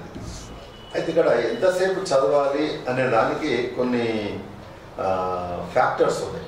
ఆ ఫ్యాక్టర్స్ మొట్టమొదలు చెప్తున్నాను. ఏంటంటే కోచింగ్ తీసుకునే అభ్యర్థులు ఉంటారు, కోచింగ్ తీసుకోలేనటువంటి వాళ్ళు ఉంటారు, కోచింగ్ అయిపోయిన వాళ్ళు కూడా ఉంటారు. కాబట్టి కోచింగ్ తీసుకునే అభ్యర్థులు ఉన్నారనుకోండి, ఏదో ఒక ఇన్స్టిట్యూట్లో జాయిన్ అయ్యాము, మనము ఉదయం నుండి పగల వరకు లంచ్ బ్రేక్ వరకు ఒక బ్యాచ్ జరిగింది, లేకపోతే మధ్యాహ్నం నుంచి రాత్రి వరకు బ్యాచ్లో జాయిన్ అయ్యాము అనుకోండి, కోచింగ్ తీసుకుంటూ ఉన్నాను. కోచింగ్ తీసుకుంటున్నప్పుడు అది లర్నింగ్ స్టేజ్ అనమాట, నేర్చుకునేటువంటి స్టేజ్. అప్పుడు ఏం చేయాలంటే మనకు ఈరోజు క్లాసులో ఏ లెక్చర్ ఏ సబ్జెక్ట్లో ఏం చెప్పాడు అనే దాన్ని ఇంటికి వెళ్ళిన తర్వాత వెంటనే చదువుకోవాలి. ఫర్ ఎగ్జాంపుల్ మార్నింగ్ బ్యాచ్లో ఒక విద్యార్థి జాయిన్ అయ్యి కోచింగ్ తీసుకుంటూ ఉన్నాడు అనుకుందాం. తాను లంచ్ తర్వాత ఇంటికి వెళ్ళిపోతాడు. ఇంటికి వెళ్ళిపోయి లంచ్ చేసిన తర్వాత ఈరోజు ఉదయం పూట ఏ సబ్జెక్ట్లో ఏ సారు ఏమేమి చెప్పాడు, హిస్టరీలో ఏమైంది, పాలిటీలో ఏమైంది, సైన్స్ అండ్ టెక్నాలజీలో ఏమైంది, ఇక జాగ్రఫీలో ఏమైంది, మెంటల్ ఎబిలిటీ ఏం చెప్పారు, కరెంట్ అఫైర్స్లో ఏం చెప్పారు, ఇట్లా ఉంటాయి. కాబట్టి వాటిని చదివేయాలి. చదువుతున్నప్పుడు మనకు కొన్ని అంశాలు అర్థమవుతాయి, కొన్నిసార్లు కొన్ని అర్థం కావు. అర్థం కానటువంటి వాటి దగ్గర పెన్సిల్తో క్రాస్ మార్క్ పెట్టుకొని దాన్ని తెల్లవారి వెళ్ళిన తర్వాత ఆ లెక్చర్ గారిని కలిసి, ఆ ఫ్యాకల్టీ మెంబర్ని కలిసి, సార్ నిన్న మీరు ఈ అంశం చెప్పారు, అందులో నాకు ఇది అర్థమైంది కానీ ఈ అంశం దగ్గర కొంత సందేహం ఉంది, దానికి కొంత వివరణ చెప్పండి సార్ అంటే తప్పనిసరిగా వాళ్ళు చెప్తారు. ఇది కోచింగ్ జరుగుతున్నప్పుడు ఆచరించాల్సినటువంటిది. తర్వాత రెండోది కూడా ఉంది, వీలైనంత వరకు 99.99% వరకు మీరు కోచింగ్ తీసుకున్నంత కాలము ఏ రోజు కూడా క్లాస్లో ఆబ్సెంట్ కావడానికి ప్రయత్నం చేయకూడదు. ఒకవేళ ఏదైనా అనారోగ్యం పాలై కదలలేని స్థితిలో ఉంటే తప్ప మనం ప్రతిరోజు రావాలి. ఎందుకనకంటే మనం ఏదైనా ఒకరోజు కానీ 2 రోజులు కానీ ఆబ్సెంట్ అయితే దాని వల్ల ఏమవుతుందంటే ఆ తర్వాత వచ్చే క్లాస్ యొక్క కంటిన్యూషన్ దెబ్బతింటుంది, అర్థం కావు. ఒక టాపిక్ అర్థం కాకపోతే ఆ వచ్చే నెక్స్ట్ టాపిక్ అర్థం కాదు, అనవసరంగా టెన్షన్ క్రియేట్ అవుతుంది. కాబట్టి ఇక్కడ అభ్యర్థులకు నేను ఇచ్చే సలహా ఏంటంటే, మీరు కోచింగ్ తీసుకుంటున్నారు, కోచింగ్ ఎందుకు జాయిన్ అయ్యారు, మీరు ఒక లక్ష్య సాధన కొరకు కోచింగ్ జాయిన్ అయ్యారు. కాబట్టి ఆ కోచింగ్ అనే దానికి మీరు ప్రతిరోజు రెగ్యులర్గా వెళ్ళండి. ఇక తర్వాత రెండవది, కోచింగ్ అయిపోయినటువంటి వాళ్ళు ఎట్లా ప్రిపేర్ కావాలి. ఇప్పుడు మనం ఒక దగ్గర ఇన్స్టిట్యూట్లో జాయిన్ అయ్యాము, జాయిన్ అయ్యి కోచింగ్ తీసుకున్నాము. కోచింగ్ తీసుకున్న తర్వాత ఎన్ని గంటలు చదవాలి అంటే, మీరు నోటిఫికేషన్ ఏ ఎగ్జామ్ అయినా సరే నోటిఫికేషన్ రానంత వరకు ప్రతిరోజు కనీసం 10 నుండి 12 గంటల సమయం చదవండి. ఎందుకంటే మనం ఉండేది చదవడానికి, అక్కడ ఇంకా వేరే పని ఏం లేదు, మనం చదవండి. తర్వాత నోటిఫికేషన్ వచ్చింది అనుకోండి, నోటిఫికేషన్ వచ్చిన తర్వాత ఇంకా మన ప్రిపరేషన్ ఇంకా పెంచాలి. కాబట్టి అప్పుడు ఈ 12 నుండి వీలైతే 14 గంటల వరకు 15 గంటల వరకు పెంచుకుంటాను. ఆ చదవడం ఎట్లా చదవాలి అంటే, కొంతమంది పగలు చదివే అలవాటు ఉంటుంది. అంటే స్కూల్లో ఉన్నప్పటి నుండి ఇప్పటి వరకు 10th లో, ఇంటర్లో, డిగ్రీలో, పీజీలో ఎప్పుడైనా సరే పగలు చదివే అలవాటు ఉంటుంది కొంతమందికి. మీరు పగలే చదవండి, రాత్రి ఎంత చదువుతుందో అంత చదివి ఆపేసేయండి. అంతేగాని ఈ పగలు చదివే అలవాటు ఉన్నటువంటి వాళ్ళు రాత్రులు ఎక్కువసేపు చదవడానికి ప్రయత్నం చేస్తే మెదడు దాన్ని స్వీకరించాలి, ఇబ్బంది పడతాం. మరికొంతమందికి ఏమో రాత్రి చదివే అలవాటు ఉంటుంది, మరి రాత్రి చదవండి. డే టైంలో మీరు నిద్రపోండి, విశ్రాంతి తీసుకోండి. అంతేగాని పక్క వాళ్ళు డే టైంలో చదువుతున్నారు, నేను నైట్ టైంలో చదువుతున్నామని చెప్పి వాళ్ళని చూసి మనము మన అలవాటు మార్చుకోకూడదు. ఎందుకంటే మన మెదడు మనం చిన్నగా ఉన్నప్పటి నుండి ఏ టైంలో చదవడానికి అలవాటు పడి ఉన్నామో అలాగే దాన్ని అలవాటు పడి ఉంటుంది, అలాగే స్వీకరిస్తుంది కూడా. కాబట్టి ఇతరులను చూసి మీ చదివే అలవాటును మీరు సమయాలను మార్చుకోకండి. మీరు పగలనే చదవండి, రాత్రిని చదవండి, కానీ చదివేది మాత్రం పక్కా చదవండి. ఎగ్జామ్ ముందు మీరు, నా సలహా ఏంటంటే 6 నుండి 7 గంటల పాటు నిద్రపోతే ఏర్పడుతుంది. మిగతా సమయం అంతా చదువు కొరకే కేటాయించండి. ఇక వేరే ధ్యాస కానీ వేరే వ్యాపకం కానీ ఏది పెట్టుకోకూడదు, ఏది ఉంచుకోకూడదు. మనకు కావాల్సింది ఏంటంటే మనం ఒక జాబ్ సంపాదించుకోవాలి, సివిల్సో, గ్రూప్ 1, గ్రూప్ 2, ఎస్ఐదో, మరొకటో. కాబట్టి ఆ లక్ష్యాన్ని చేరుకోవాలంటే మనము ఇతర వ్యాపకాలను కానీ, లేకపోతే ఎక్కువ సమయం నిద్ర మీద కేటాయించడం కానీ, లేక పక్క వాళ్ళతోటి అనవసరమైనటువంటి విషయాన్ని చర్చించడం కానీ, వాదోపవాదాలు చేయడం కానీ అది వ్యర్థం. అది దానివల్ల ఎటువంటి ప్రయోజనాలు కానీ ఫలితాలు కానీ ఉండవు. కాబట్టి మీరు ఎంతసేపు చదవాలి అనేటువంటిది ఏదైతే ఉంటుందో మనము మీరే నిర్ధారణ తీసుకోవాలి. నా సలహా చెప్పాను ఇందాక 10 నుంచి 12 గంటలని. ఒక్కోసారి మన చిన్న ఉన్నప్పుడు కొంత 5 గంటలు చదివిన వాళ్ళు ఉంటారు, వాళ్ళకి ఇబ్బంది అనిపిస్తుంది. కాబట్టి అటువంటి వాళ్ళు ఏం చేయాలంటే, మీకు 6 గంటలు చదివే అలవాటు ఉంది, మెల్లమెల్ల దాన్ని 7 గంటలకు పెంచుకోండి, 8 గంటలకు పెంచుకోండి, 9 గంటలకు పెంచుకోండి. మధ్యలో ఎప్పుడైనా చదవలేకపోతున్నాము అనుకున్నప్పుడు కాసేపు పుస్తకాలు విరామం ఇచ్చి బయటకు వచ్చి టీ తాగే అలవాటు ఉంటే టీ తాగండి, లేదా కాసేపు అట్లా బయట కాసేపు ఉండి మళ్ళీ వెళ్ళి చదువుకోండి. దానివల్ల మెదడు మళ్ళీ మీరు చదివేదాన్ని రికార్డ్ చేసుకోవడానికి సిద్ధమైపోతుంది.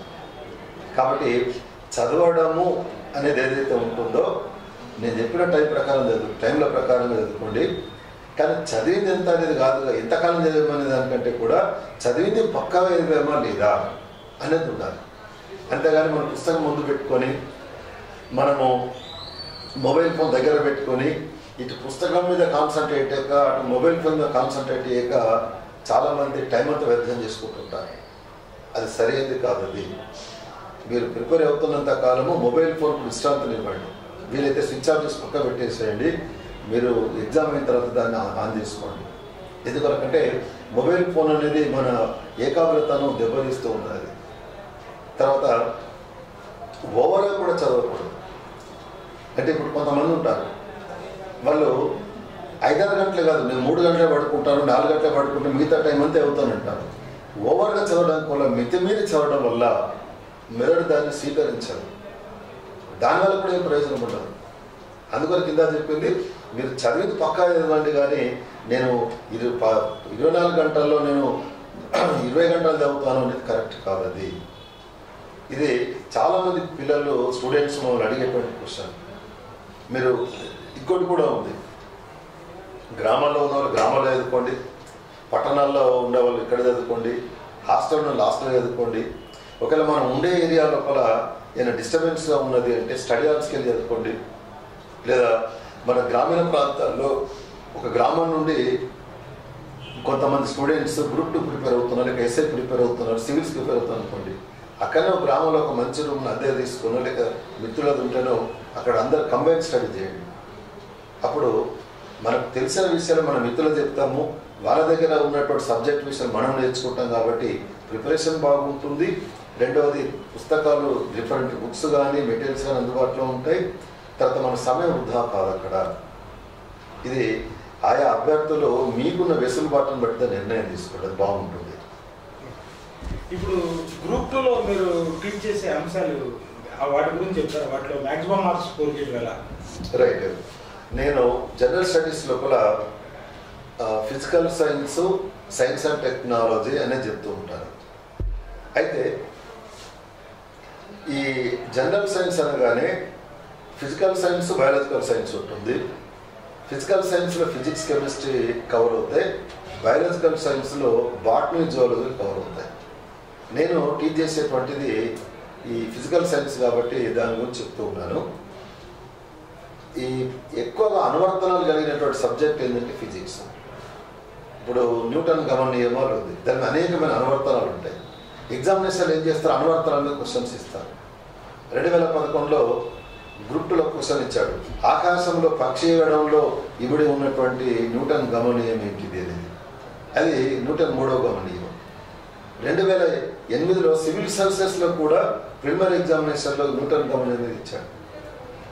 అయితే ఇక్కడ చెప్పాల్సి ఏంటంటే ఫిజిక్స్లో కాన్సెప్ట్ మీద ఆధారపడి, కొన్ని బేసిక్ పాయింట్స్ మీద ఆధారపడి అనేకమైన నిత్య జీవితంలో చూసే అనువర్తనాలు ఉన్నాయి. ఆ అనువర్తనాల మీద క్వశ్చన్స్ అనేటువంటి ఇస్తూ ఉన్నాడు. కాబట్టి ఫిజిక్స్ మీద ఎక్కువ ఫోకస్ చేయాలి. ఆ ఫిజిక్స్ చదివేటప్పుడు కూడా ఎట్లా చదవాలి అంటే, దాన్ని ప్రిపేర్ అయ్యేటప్పుడు కాన్సెప్ట్, అప్లికేషన్స్ మాత్రం చదువుకోవాలి. అంతేగాని అందులో ఫిజిక్స్లో ఉండే సమీకరణాలు అడగరు, ఈక్వేషన్స్ అడగరు, లెక్కలు ఇవ్వరు. అలాగే మన ప్రయోగ విధానాలు కూడా అడగరు, జనరల్ అప్లికేషన్సే ఉంటాయి. ఇప్పుడు సివి రామన్ గారు ఉన్నారు, మనందరూ తెలిసేటువంటి ఒక అంశం ఏంటంటే సార్ సివి రామన్ గారు. రామన్ అనుకున్న రామన్ ఫలితం మీద రకరకాల క్వశ్చన్స్ ఇస్తున్నారు. అంతేగాని సివి రామన్ ఏదైతే కనుక్కున్నాడో దాని లెక్కలు ఇవ్వడము, ప్రయోగాలు ఇవ్వడం అనేది ఉండదు. కాబట్టి జనరల్ స్టడీస్, నేను మొట్టమొదటి ఈ ఇంటర్వ్యూ మొదట్లోనే చెప్పాను, జనరల్ స్టడీస్ జనరల్గా సాధారణంగా అధ్యయనం చేసేదని అర్థము.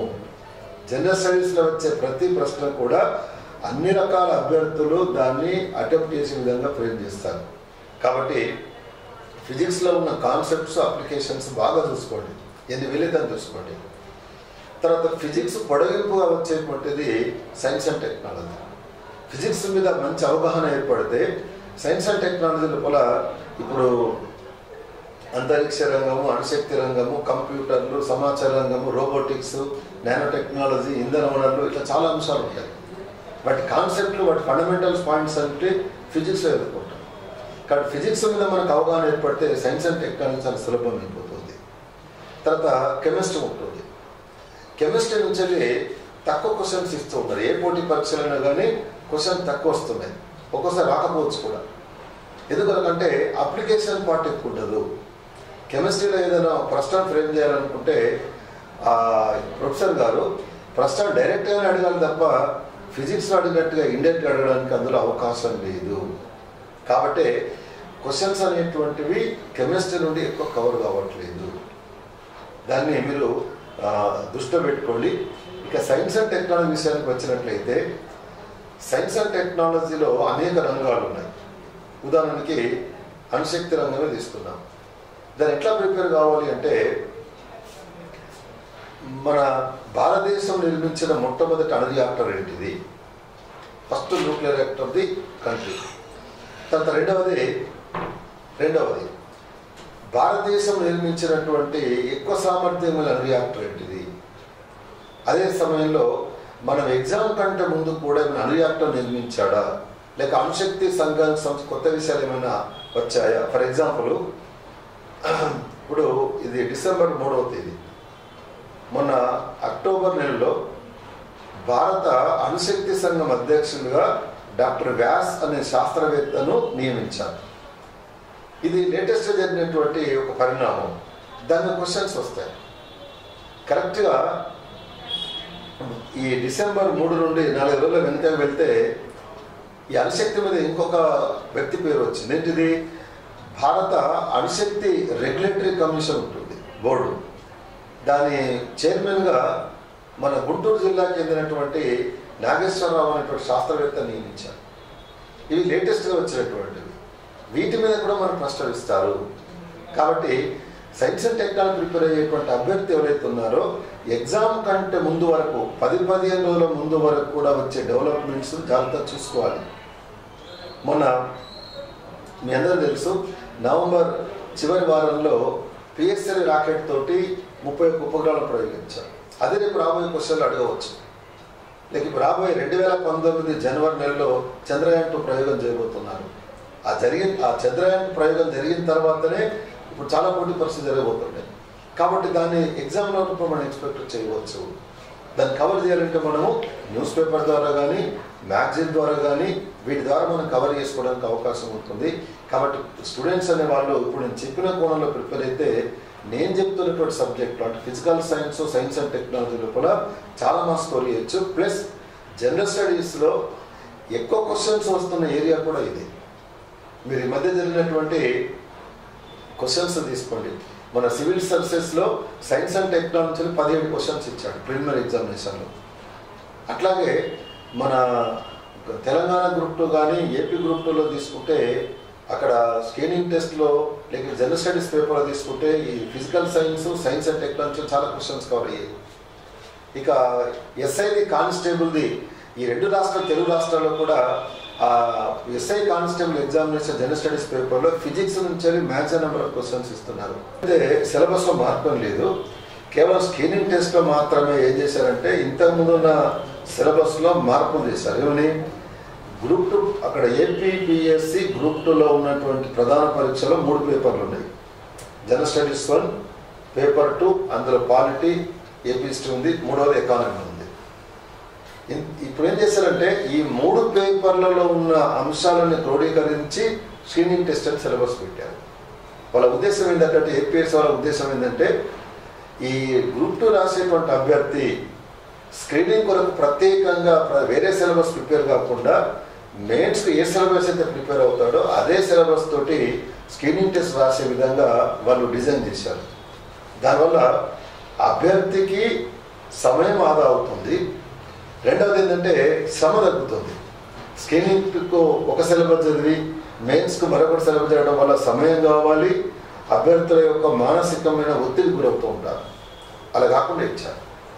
కాబట్టి మీరు ఏపీపీఎస్సి ఆంధ్రప్రదేశ్ రాష్ట్రంలో ఉన్నటువంటి అభ్యర్థులందరూ కూడా గ్రూప్ 2లో ఉన్నటువంటి పేపర్ 1, పేపర్ 2, పేపర్ 3 అనే 3 మెయిన్స్ పరీక్షల సిలబస్ను బాగా చదువుకుంటే మీరు స్క్రీనింగ్ టెస్ట్ను అవలీలాగా రాయగలుగుతారు. అది వాళ్ళు తీసుకొచ్చినటువంటి మార్పు. ఇక గ్రూప్ 1లో అయితే ఇప్పుడు సమూలమైన మార్పులు చేశారు. పాత గ్రూప్ 1లో ఉన్న సిలబస్కు దీనికి సమూలంగా మార్పులు చేసి ఆ మార్పు చేయడం గల కారణం ఏంటంటే గ్రూప్ 1 రాసేటువంటి అభ్యర్థి సివిల్ సర్వీసెస్కు ప్రత్యేకంగా ప్రిపేర్ కాకూడదు. ఎందుకొరకు గ్రూప్ 1లో ఏదైతే సిలబస్ ఉందో అదే సిలబస్ చదువుకుంటే సివిల్స్ కూడా రాయాలనే ఉద్దేశంతో దాన్ని ఫ్రేమ్ చేయడం జరిగింది. అది మంచి ఆలోచన కూడా. ఒక మన ఏపీ చరిత్ర, ఏపీ మన ఎకానమీ ఇలాంటి కొన్ని అంశాలను మినహాయించినట్లయితే మిగతా అన్ని కూడా సివిల్స్లో ఏవైతే సిలబస్ ఉందో దాదాపు 70% వరకు అదే సిలబస్ పెట్టారు. దీనివల్ల గ్రూప్ 1 ప్రిపేర్ అయిన ఏపీపీఎస్సి ఆంధ్రప్రదేశ్ విద్యార్థులందరూ కూడా ఏపీ గ్రూప్ 1 మెయిన్స్ బాగా చదివితే సివిల్ సర్వీసెస్లో ఈజీగా సెలెక్ట్ అవుతారు. ఇక సెపరేట్ ఒక ఆప్షన్ చదువుకుంటే ఆప్షన్ సబ్జెక్ట్ చదువుకుంటే సరిపోతుంది. మిగతా మీరు ఏం అదనంగా చదవాల్సిన అవసరం లేదు. అంత మంచి సిలబస్ వాళ్ళు ఫ్రేమ్ చేశారు. నిజంగా ఈ విషయంలో వాళ్ళు అభినందించారు. కారణం ఏంటంటే ఫస్ట్ ఆ సిలబస్ చూసిన అభ్యర్థుల్లో అనుకుంటారు ఇంత సిలబస్ పెట్టారు ఇది అనుకుంటారు. కానీ ఏపీపీఎస్సీ వాళ్ళ దూరదృష్టి ఏంటిదంటే ఈ సిలబస్ను బాగా ప్రిపేర్ అవుతే భవిష్యత్తులో ఏపీ నుండి చాలామంది యూపీఎస్లో సెలెక్ట్ అవుతారు.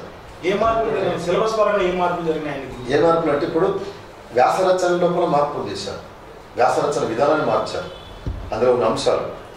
రెండవది ఏంటంటే సివిల్ సర్వీసెస్లో ఏదైతే Indian history, economy, disaster management, తర్వాత మన సైన్స్ అండ్ టెక్నాలజీ ఏవైతే ఇట్లాంటి పెట్టారో అవన్నీ తీసుకొచ్చి ఇక్కడ ప్రిలిమ్స్ అవి పెట్టారు, మెయిన్స్ కూడా అదే పెట్టారు. దానివల్ల ఏమవుతుందంటే స్టూడెంట్ అనేవాడు ప్రత్యేకంగా ప్రిపేర్ కావాల్సిన అవసరం లేదు. కోరిలేషన్ అంటారు దీన్ని. ఇది మంచి ఆలోచన. ఇది ఈ విషయంలో నిజంగా ఏపీపీఎస్సీ వాళ్ళ ముందు చూపు అభినందించాలి. ఇది ఒక ఫ్యాకల్టీ మెంబర్ కూడా ఈ విషయాల్లో వాళ్ళను నిజంగా అభినందిస్తూ ఉన్నాను. ఎందుకంటే వీళ్ళు చేసినటువంటి ఈ సిలబస్ మార్చడం వల్ల కలిగే పరిణామాలు నేను చెప్పాను. భవిష్యత్తులో ఏపీ నుంచి చాలా మంది సెలెక్ట్ అవుతారు ఈ యూపీఎస్కి సివిల్ సర్వీసెస్. రెండవది ఏంటంటే ఒక గ్రామీణ ప్రాంతాల్లో ఉండే ఒక పేద విద్యార్థి గ్రూప్ 1కు ఒక సిలబస్తో ప్రిపేర్ కావడము, గ్రూప్ 2కు ఇంకో సిలబస్తో ప్రిపేర్ కావడము, కోచింగ్ అవసరం అనుకుంటే కోచింగ్ సెంటర్లో జాయిన్ కావడము, తర్వాత దానికి టైం కేటాయించడం, దీనికి కేటాయించడం ఏం అవసరం లేదు. ఇప్పుడు మారుమూల గ్రామీణ ప్రాంతాల్లో ఉండే తెలుగు మీడియం విద్యార్థులు కూడా సులభంగా ఇప్పుడు జాతీయ స్థాయి పరీక్షలు యూపీఎస్లో సెలెక్ట్ కాగలుగుతారు. దానికి కావాల్సిన తొలినాళ్లలో ఆ సిలబస్ను వాళ్ళు బాగా చదువుకుంటే సరిపోతుంది. చాలా విస్తృతంగా ఎదవాలి. చాలా మంచి సిలబస్ పెట్టారు, ఎలాబొరేట్గా పెట్టారు. ఇక్కడ కూడా రాజీ కూడా అనేటువంటి సిలబస్ ఉంది అందులో. కాబట్టి ఇప్పుడు సందర్భం వచ్చింది కాబట్టి మన అర్చక్రవర్తి సార్ అడిగినట్టుగా ఇంకొకసారి ఇక్కడ చెప్తున్నాను. ఒకవేళ ఏదైనా అభ్యర్థికి మన ఏపీలో ఉన్నటువంటి స్టూడెంట్స్ ఎవరైతే ఉన్నారో వాళ్ళు భవిష్యత్తులో సివిల్ సర్వీస్ చేద్దామనే ఉద్దేశంలో ఉంటే వాళ్ళు డిగ్రీ నుంచి ప్రిపరేషన్ మొదలు పెట్టడమే చాలా మంచిది. ఇంకా ఎందుకంటే డిగ్రీ లోపల ఉన్నప్పుడే ఈ ప్రాథమిక అంశాలను చదువుకుంటూ వస్తాం. డిగ్రీ అయ్యేసరికి ఆ సిలబస్ మీద అంశాలకు అవగాహన ఏర్పడుతుంది. ఆ తర్వాత డిగ్రీ పూర్తయి 6 నెలలు సంవత్సరము మనం కష్టపడి చదువుకుంటే లేక గైడెన్స్ తీసుకొని అభ్యర్థుల యొక్క ఆర్థికపరమైన అంశాలను బట్టి కోచింగ్ తీసుకొని చదువుకొని అనుకోండి, ఇక అన్ని విజయాలే వస్తాయి వాళ్ళకు. అలాంటి సిలబస్ ఉంది. అది నిజంగా అప్రిషియేట్ చేయాల్సినటువంటి సిలబస్. తర్వాత తెలంగాణ పబ్లిక్ సర్వీస్ కమిషన్ కూడా గ్రూప్ 1 గ్రూప్ 2 ఇక్కడ గ్రూప్ 1 గ్రూప్ 2 ఆ సిలబస్లో ఏమైనా మార్పులకి అవకాశం ఉందంటారా? మీ అంచనా? అదే అంటే ఇప్పుడు ఈ గ్రూప్ 1 గ్రూప్ 2లో ఉన్నటువంటి సిలబస్లో తీసుకుంటే ఇది పాత పద్ధతి తీసుకున్నారు మీరు. ఒక తెలంగాణ ఉద్యమ చరిత్ర, తర్వాత తెలంగాణ ఆర్థిక వ్యవస్థ, తెలంగాణ జాగ్రఫీ, సోషాలజీ కొత్త ఇంక్లూడ్ చేశారు గ్రూప్ 2 మటుకు. గ్రూప్ 1లోనేమో పాత సిలబసే దాదాపుగా ఉంది, కొంచెం స్వల్ప మార్పులు చేశారు. అంటే ఇది ఉద్యమ చరిత్ర పెట్టారు ఇలాంటివి. కానీ వాస్తవంగా మన Telangana public service commission chairman గారే ఈ మొత్తం భారతదేశంలో ఉన్న పబ్లిక్ సర్వీస్ కమిషన్ అన్నిటి కూడా ఆ సంఘానికి ఆయన అధ్యక్షుడు ఉన్నాడు. ఆయన ఆధ్వర్యంలోనే ఒక నిర్ణయం తీసుకున్నారు వాళ్ళు. ఏమని, ఏ రాష్ట్రమైనా సరే తమ గ్రూప్ 1 సిలబస్లో 70% యూపీఎస్ సిలబస్ ఉంటే బాగుంటుంది, అభ్యర్థులకు చాలా ఉపయోగపడుతుంది అని చెప్పి ఒక నిర్ణయం తీసుకొని హర్షిత విషయం. కానీ దాన్ని అటువంటి సిలబస్ను ముందు ఇప్పుడైతే అయిపోయింది, కానీ ముందు ముందైనా సిలబస్ను ఒకవేళ తెలంగాణలో కూడా ఆ సిలబస్ను ప్రవేశపెడితే ఇక్కడ నుండి కూడా విద్యార్థులకు యూపీఎస్కి వెళ్ళడానికి ఆ ఎగ్జామ్స్ రాయడానికి చాలా బాగుంటుంది. అది ఒక ఫ్యాకల్టీ ఇచ్చే సలహా కూడా ఏంటంటే వీలైనంత తొందర లోపల ఈ సిలబస్ను మార్పులు చేర్పులు చేసినట్లయితే ఒక గ్రామీణ ప్రాంతాల్లో రవాణా సదుపాయాలు లేనటువంటి ఒక గ్రామంలో జన్మించినటువంటి వ్యక్తి కూడా ఆ అబ్బాయి కూడా యూపీఎస్సీ ఎగ్జామ్స్ రాసుకోగలుగుతాడు. ఈ గ్రూప్ 1 సిలబస్ చదువుకుంటే ఈజీ సిలబస్ సెలెక్ట్ కాగలుగుతాడు. అలాంటి మార్పులు చేర్పులు వీరంత తొందరలో రావాలని వస్తాయని నేను ఆశిస్తూ ఉన్నాను. గ్రామీణ ప్రాంతాల్లో కానీ పట్టణాల్లో కానివ్వండి, చిన్న చిన్న ఉద్యోగాల్లో ఇరుక్కుపోయిన కారణంగా లేదా ఉన్న ఉద్యోగాలకి సెలవు పెట్టలేని కారణంగా కొంతమంది ఆర్థిక పరిస్థితులు అనుకూలించగా కోచింగ్ తీసుకునే వెసులుబాటు ఉండదు చాలామంది. అవును, చాలా మంది ఉన్నది. సొంతంగా ప్రిపేర్ అయ్యి సక్సెస్ అవ్వాలంటే అది గ్రూప్ 1, గ్రూప్ 2 సివిల్స్ ఏదైనా వాళ్ళ ప్రిపరేషన్ ఎలా ఉండాలంటారు? అంటే కొంతమంది కోచింగ్ లేకపోతే ఏమవ్వదు, ఇక నేను ఇంకేం చేయలేను ఆగిపోతుంటారు, ప్రయాణాన్ని ఆపిస్తుంటారు. అవును, అయితే అటువంటి వాళ్ళకి ఇచ్చే సలహా ఏంటంటే చాలామంది మన హరిచక్రవర్తి సార్ అడిగినట్టుగా చాలామంది పేద విద్యార్థులకు పోటీ పరీక్షలు ప్రిపేర్ కావాలి అనేటువంటి కోరిక, బలీయమైన కోరిక ఉంటుంది. కానీ వాళ్ళ ఆర్థిక పరిస్థితులు అంతంత మాత్రం ఉండడం వల్ల వాళ్ళు కోచింగ్ రాకపోవడం, పట్టణంలో రాకపోవడం చేస్తున్నారు. చిరు ఉద్యోగాలు, చిన్న ఉద్యోగాలు చేసే వాళ్ళు కూడా ఆ ఉద్యోగ జీతం మీద ఆధారపడేటువంటి కుటుంబాలు కావడం వల్ల వాళ్ళు కూడా లీవ్లు పెట్టుకొని వచ్చే పరిస్థితి ఉండదు. మరికొంతమంది వాళ్ళ యొక్క కుటుంబపరమైన సమస్యల వల్ల కూడా రాలేకపోవచ్చు. అందువల్ల అప్పుడు వాళ్ళు ఏం చేయాలంటే ఏదైనా ఒక పరీక్ష ప్రిపేర్ కావాలి అని అనుకున్నప్పుడు వాళ్ళకు తెలిసిన మిత్రుల ద్వారా కానీ తెలిసిన వాళ్ళ ద్వారా మన హైదరాబాద్ లాంటి పట్టణంలో ఉన్నటువంటి మన కోచింగ్ సెంటర్లో పనిచేస్తున్నటువంటి మంచి ఒక ఎక్స్పర్ట్ ఫ్యాకల్టీ మెంబర్ల యొక్క అపాయింట్మెంట్ తీసుకొని ఓ రోజు వచ్చి ఆ సిలబస్ తీసుకొని వచ్చి తను ఎగ్జామ్ ప్రిపేర్ అవుతున్నాడో ఆ సిలబస్ తీసుకొని వచ్చి ఆ ఫ్యాకల్టీ యొక్క గైడెన్స్ తీసుకోవాలి వీలైనంత వరకు. లేదా వాళ్ళకి తెలిసిన వాళ్ళు ఎవరైనా పోటీ పరీక్షలు రాసి సెలెక్ట్ అయినటువంటి వాళ్ళు ఉంటే వాళ్ళ యొక్క గైడెన్స్ అನ್ನು తీసుకోవాలి. తీసుకొని వాళ్ళు సూచించినటువంటి ప్రామాణికమైన పుస్తకాలను, మెటీరియల్స్ తీసుకొని వెళ్ళి వాళ్ళు ఏ విధంగా ప్రిపేర్ అవ్వాలని చెప్పారు, ఒక సబ్జెక్టు ఎక్కడ మొదలుపెట్టి ఎటువైపు తీసుకొని వెళ్ళాలని చెప్పారు అని దాన్ని దృష్టిలో పెట్టుకొని వాళ్ళు ప్రిపేర్ కావాలి. ప్రిపేర్ అయితే తప్పకుండా వాళ్ళు విజయం వైపు వెళ్ళడానికి అవకాశం ఉంటుంది. కాకపోతే ఇక్కడ పూర్తి స్థాయిలో కోచింగ్ తీసుకోవడానికి అవకాశం లేకున్నా కానీ కూడా కనీసం కొన్ని రోజుల పాటు మన హైదరాబాద్ లాంటి ప్రాంతాలకు వచ్చి ఇక్కడ వెసులుబాటు ఉన్నదాన్ని బట్టి కొన్నాళ్ళ పాటు ఇక్కడ ఉండే ఒక గైడెన్స్ తీసుకోగలిగితే తప్పనిసరిగా వాళ్ళు ప్రిపేర్ కావచ్చు. వాళ్ళు ప్రిపేర్ అవుతున్న వాళ్ళు, సక్సెస్ అవుతున్న వాళ్ళు కూడా చాలామంది ఉన్నారు.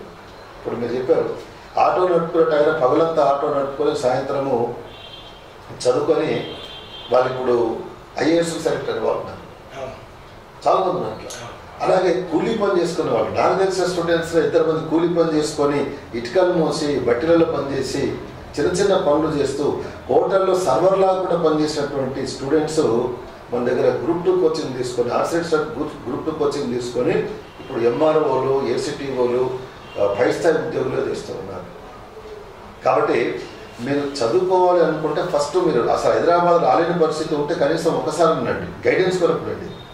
గైడెన్స్ కొరకు వచ్చి గైడెన్స్ తీసుకొని వెళ్ళేటప్పుడు బుక్స్ అని తీసుకొని వెళ్ళి చదువుకోండి, తప్పనిసరి విజయాన్ని సాధిస్తారు. అందులో పెద్ద విశేషం ఏం లేదు. అది అప్పుడప్పుడు వీలైనప్పుడు వాళ్ళ కాంటాక్ట్ నెంబర్ తీసుకొని ఎప్పుడైనా మార్గనిర్దేశకం ఇంకా కావాలి అని అనుకుంటే వాళ్ళ కాంటాక్ట్లో ఉండండి, సీనియర్ సలహాలు సూచనలు తీసుకోండి. వాళ్ళు చదివినటువంటి పుస్తకాలు కానీ మెటీరియల్ కానీ అందుబాటులో ఉంటే అవి కూడా తీసుకొని చదవండి. చదువుకుంటే మనము విజయాన్ని సాధించవచ్చు. ఎందరో మంది అలాంటి వాళ్ళు కోకొల్లలుగా ఉన్నారు. అసలు ఇంట్లో ఉండే చదివి పెద్ద పెద్ద ఆఫీసర్లు అయినటువంటి వాళ్ళ సంఖ్య చాలా ఉంది. నా ఈ టీచింగ్ లైఫ్లోకి వచ్చిన తర్వాత 3 దశాబ్దాలు గడిచిపోయింది ఇప్పటి వరకు. అలాంటి వ్యక్తులు నేను చాలామంది చూశాను. కాబట్టి మార్గనిర్దేశకం కావాలి, గైడెన్స్ అనేది కావాలి. నువ్వు ఈ మార్గంలో వెళ్ళు, ఈ సబ్జెక్ట్ చదువుతున్నావా, లేకపోతే హిస్టరీ అవుతున్నావా, అయితే ఈ బుక్, ఈ మెటీరియల్, లేక ఫ్యాకల్టీ నోట్స్ చదువు, లేకపోతే సైన్స్ అండ్ టెక్నాలజీ చదువుతున్నావా, లేకపోతే ఎకానమీ చదువుతున్నావా, ఈ బుక్ చదువుకో. ఆ చదివేటప్పుడు కూడా ఈ చాప్టర్ మొదలు పెట్టాలి, 2వ చాప్టర్ ఇక్కడ వెళ్ళాలి అని మార్గనిర్దేశకం పొందితే సులభంగా వాళ్ళు మంచి జాబ్ నా ఆర్థిక పరిస్థితి బాగాలేదు కాబట్టి నేను ఇది కాలేకపోతున్నాను అని మీరు ఒప్పుకోను. నేను అసలు ఒప్పుకోను. ఎందుకనకంటే నేను నా స్వంతంగా చూశాను. కూలీ పని చేసుకునే వాళ్ళు సెలెక్ట్ అయ్యి ఇప్పుడు ఆఫీసర్ చేస్తూ ఉన్నారు. ఒక హైదరాబాద్ దగ్గరలో ఉన్నటువంటి జిల్లా నుంచి వచ్చిన ఒక అభ్యర్థి ఇక్కడ మామూలు హోటల్లో సర్వర్ లాగా చేరి, మామూలు హోటల్ అంటే గ్లాసులో టీ ఇచ్చి వాళ్ళు తాగిపోయిన తర్వాత గ్లాసులు అడగడం, టిఫిన్ తిరిగిపోతే టిఫిన్లో అడిగేటువంటి ఆ సర్వర్ పనిచేసి 6 నెలలు పనిచేసి ఆ వచ్చిన డబ్బులతోటి తాను బుక్స్ కొనుక్కొని గైడెన్స్ తీసుకొని చదువుకొని సెలెక్ట్ అయిపోయి ఉద్యోగం చేస్తూ ఉన్నాను. ఏ జాబ్ సెలెక్ట్ అయ్యింది? గ్రూప్ టూ సెలెక్ట్ అయ్యాను. సివిల్స్లో కూడా ఉన్నారు వేరే ఉద్యోగాలు, చిన్న చిన్న గ్రూప్ అని కూడా ఉన్నారు. ఆటో ఎస్ఐ కూడా పనిచేసే పిల్లలు ఉన్నారు.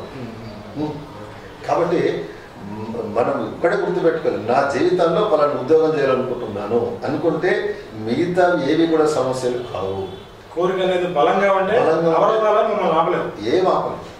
అంతేందుకు ఒక చాలా మనము అసలు కొన్ని సందర్భాలు చూస్తుంటే పెళ్ళై చిన్న చిన్న పిల్లలు ఉన్నటువంటి మహిళలు ఉంటారు, అమ్మాయిలు.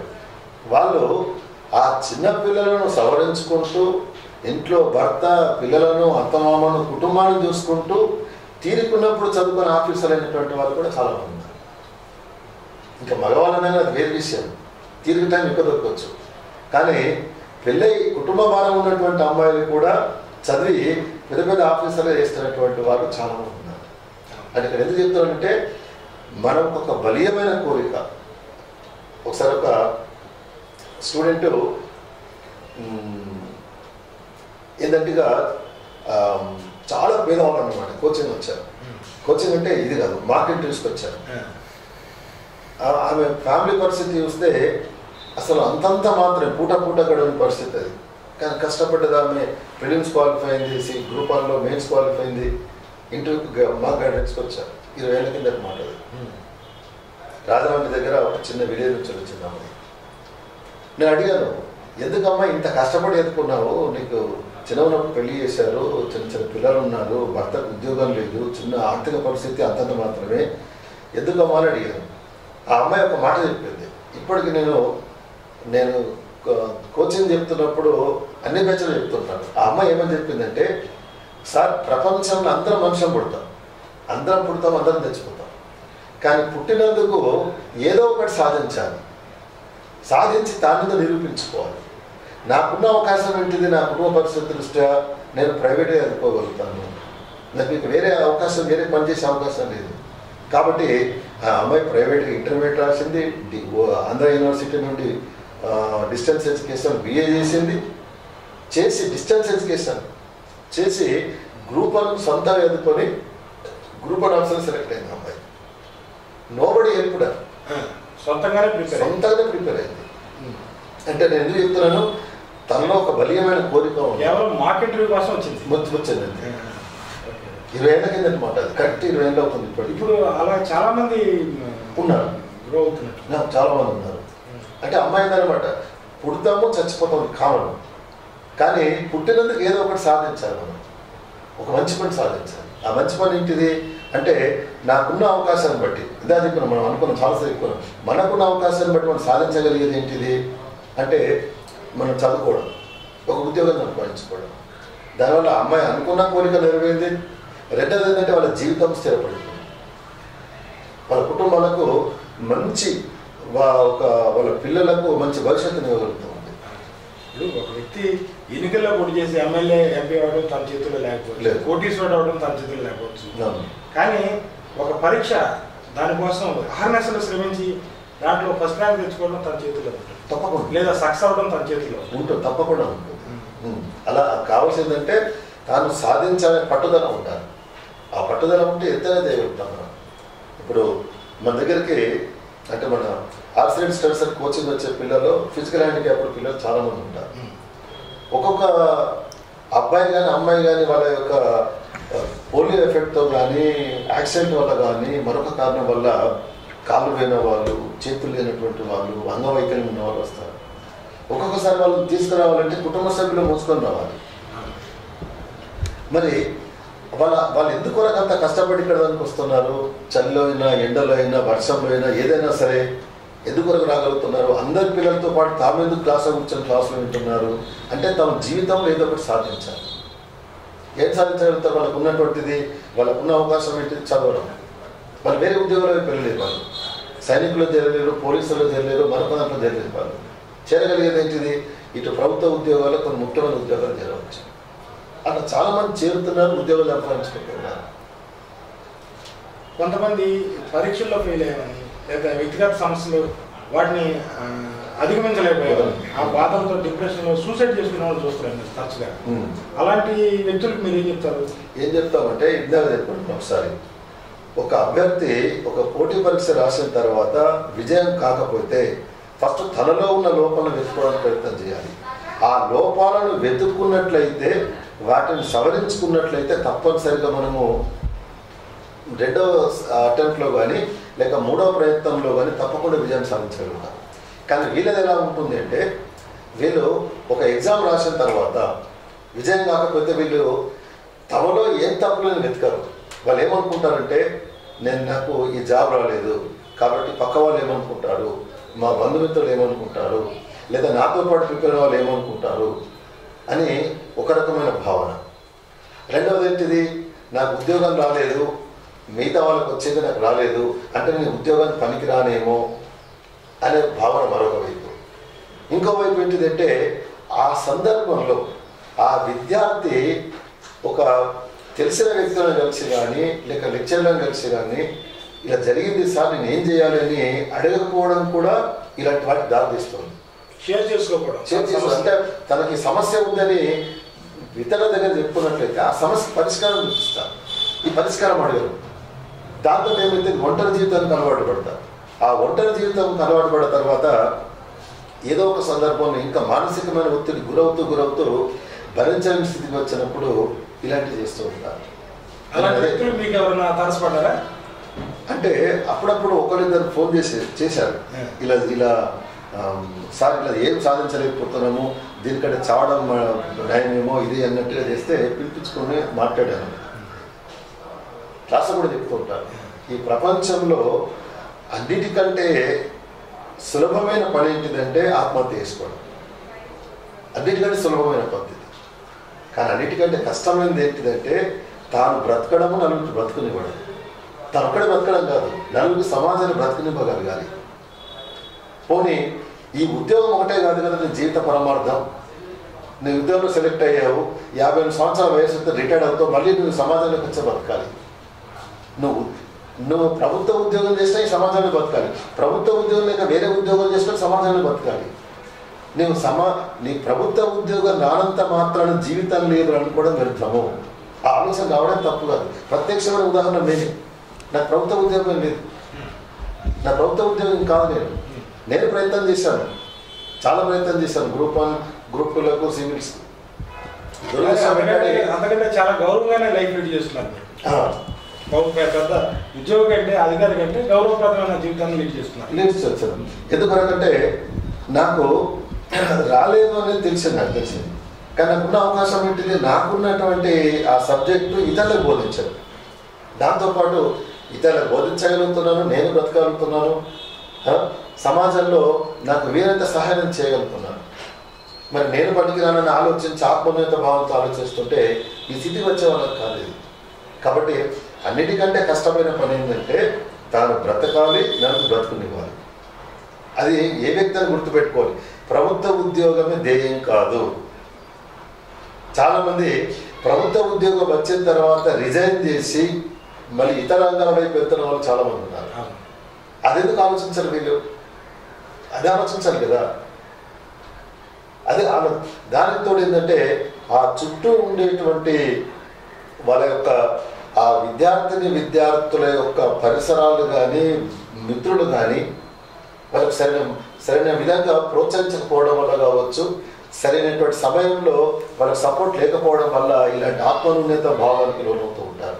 మాట్లాడమాట అప్పుడు ఏమనిపిస్తుంది, రైట్, మనము ఒక సైనికుడికి శిక్షణ ఇచ్చి యుద్ధానికి ఎట్లా పంపుతామో అట్లాగే సమాజం అనే సమాజంలో ఎలా బతకాలని నేర్పి పంపిస్తూ ఉన్నాం. మనం ఆ సబ్జెక్ట్ తోటి తాను ఉద్యోగం సంపాదించుకోవచ్చు, నలుగురికి ఉద్యోగం ఇవ్వచ్చు. ఒక విద్యార్థి లిటరల్గా చెప్తాను, ఒక పోటీ పరీక్ష 2 సార్లు రాశాడు. రాస్తే సక్సెస్ కాలేదు. కాకపోతే ఒకరోజు ఫోన్ చేశాడు, సార్ నేను ఆత్మహత్య చేసుకుంటాను సార్ అని. నేను ఒకసారి కలువు అని చెప్పాను. పర్సనల్ కలిశాడు. ఎందుకంత ఇదేంటంటే నేను చాలా ప్రయత్నం చేస్తున్నాను సార్, నేను సక్సెస్ కాలేకపోతున్నాను, నేను పనికిరాను అంటే ప్రభుత్వ ఉద్యోగం ఒకటే నీ జీవితాశయం కాదు కదా, నీ ప్రయత్నం సిన్సియర్గా చేస్తావు. ఎలా కష్టపడ్డావు నాకు తెలుసు. ఓ పూట తిని కూడా కష్టపడ్డావు. ఏ బుక్ మంచి అయినా ఆ బుక్ తీసుకొని చదువుకున్నావు. నీ ప్రయత్నం నువ్వు చేసావు. ఆ పోటీ పరీక్షలో నీవు మిగతా వాళ్ళతో పోటీ పడలేక తక్కువ పోయింది అబ్బాయి. కాబట్టి నీలో సామర్థ్యం ఉంది. ఆ దారిలో వెళ్ళగలిగేటువంటి మార్గం నీకు తెలుసు ఎట్లా వెళ్ళాలనేటువంటిది. కానీ మిగతా వాళ్ళతో పరిగెత్తలేక కొంచెం మెల్లగా వెళ్ళావు కాబట్టి నువ్వు అనుకున్నటువంటి లక్ష్యాన్ని చేరుకోలేకపోయావు. అంత మాత్రం ఆత్మహత్య చేసుకోవడం సరిహద్దు కాదు కదా. నువ్వు దాన్నే వేరే దానికి ఎందుకు వరకు ఉపయోగించకూడదు అంటే అబ్బాయి ఇప్పుడు వేరే ఎగ్జామ్ ప్రిపేర్ అవుతూ తాను ఏ ఉద్యోగం వరకు ప్రిపేర్ అయ్యి అందులో సక్సెస్ కాలేడో అందులో ఉన్న సబ్జెక్టులను 5-6 పేద పిల్లలను దగ్గర కూర్చోబెట్టుకొని వాళ్ళకు తానే స్వయంగా గైడెన్స్ ఇచ్చి బుక్స్ ఇచ్చి రోజు ప్రాక్టీస్ చేయించి ఒక 2-3 నెలలు చదివిస్తే 6 ఆ పిల్లవాడు దగ్గర కూర్చోబెట్టుకొని మార్గనిర్దేశకం చేస్తే అందులో 5 సెలెక్ట్ అయ్యారు. అప్పుడు అంటుంటాడు అబ్బాయి, ఆ రోజు నేను మిమ్మల్ని కలవకుండా మీకు ఫోన్ చేయకుండా ఉండుంటే ఇప్పుడు ఇట్లా ఉండేవాడిని కాదు సార్. గ్రూప్ 2 సక్సెస్ అనేది గ్రూప్ 2లో సెలెక్ట్ అంటే ఎందుకు చెప్తున్నాం ఇదంటే కారణం ఏంటంటే గ్రూప్ 2లో అయ్యారు, ఎస్ఏ దాంట్లో కూడా అయ్యారు. ఎందుకు చెప్తున్నామంటే ఒక ఎగ్జామ్ రాసాం మనం, అందులో విజయం సాధించవచ్చు సాధించకపోవచ్చు. అంత మాత్రాన ఇక జీవితమే లేదనుకోవడం చాలా తప్పు. ఈ ప్రపంచం చాలా విశాలమైంది. అందులో నువ్వు ఏ పనిగా చేసుకుని బతకవచ్చు. దాని గురించి ఆలోచించాలి. కానీ నేను గ్రూప్ 2 రాశాను, లేకపోతే ఎస్ఐది రాశాను, లేక మరొకటి రాశాను, అది రాలేదు, నా జీవితాశయం ఇదే, ఇది రాకుంటే నాకు లైఫ్ లేదు అని అనుకోవడం కరెక్ట్ కాదు. అది ఏం చేయాలి, నీకు ఇంకే అవకాశం ఉంది, అందులో వెళ్ళి ఆ మార్గంలో వెళ్ళు. అలా వెళ్ళినటువంటి వాళ్ళు చాలామంది ఉంటారు. నేను చెప్పాను ఇందాక, వెళ్ళారు, చాలామంది సక్సెస్ అయ్యారు ఉన్నారు.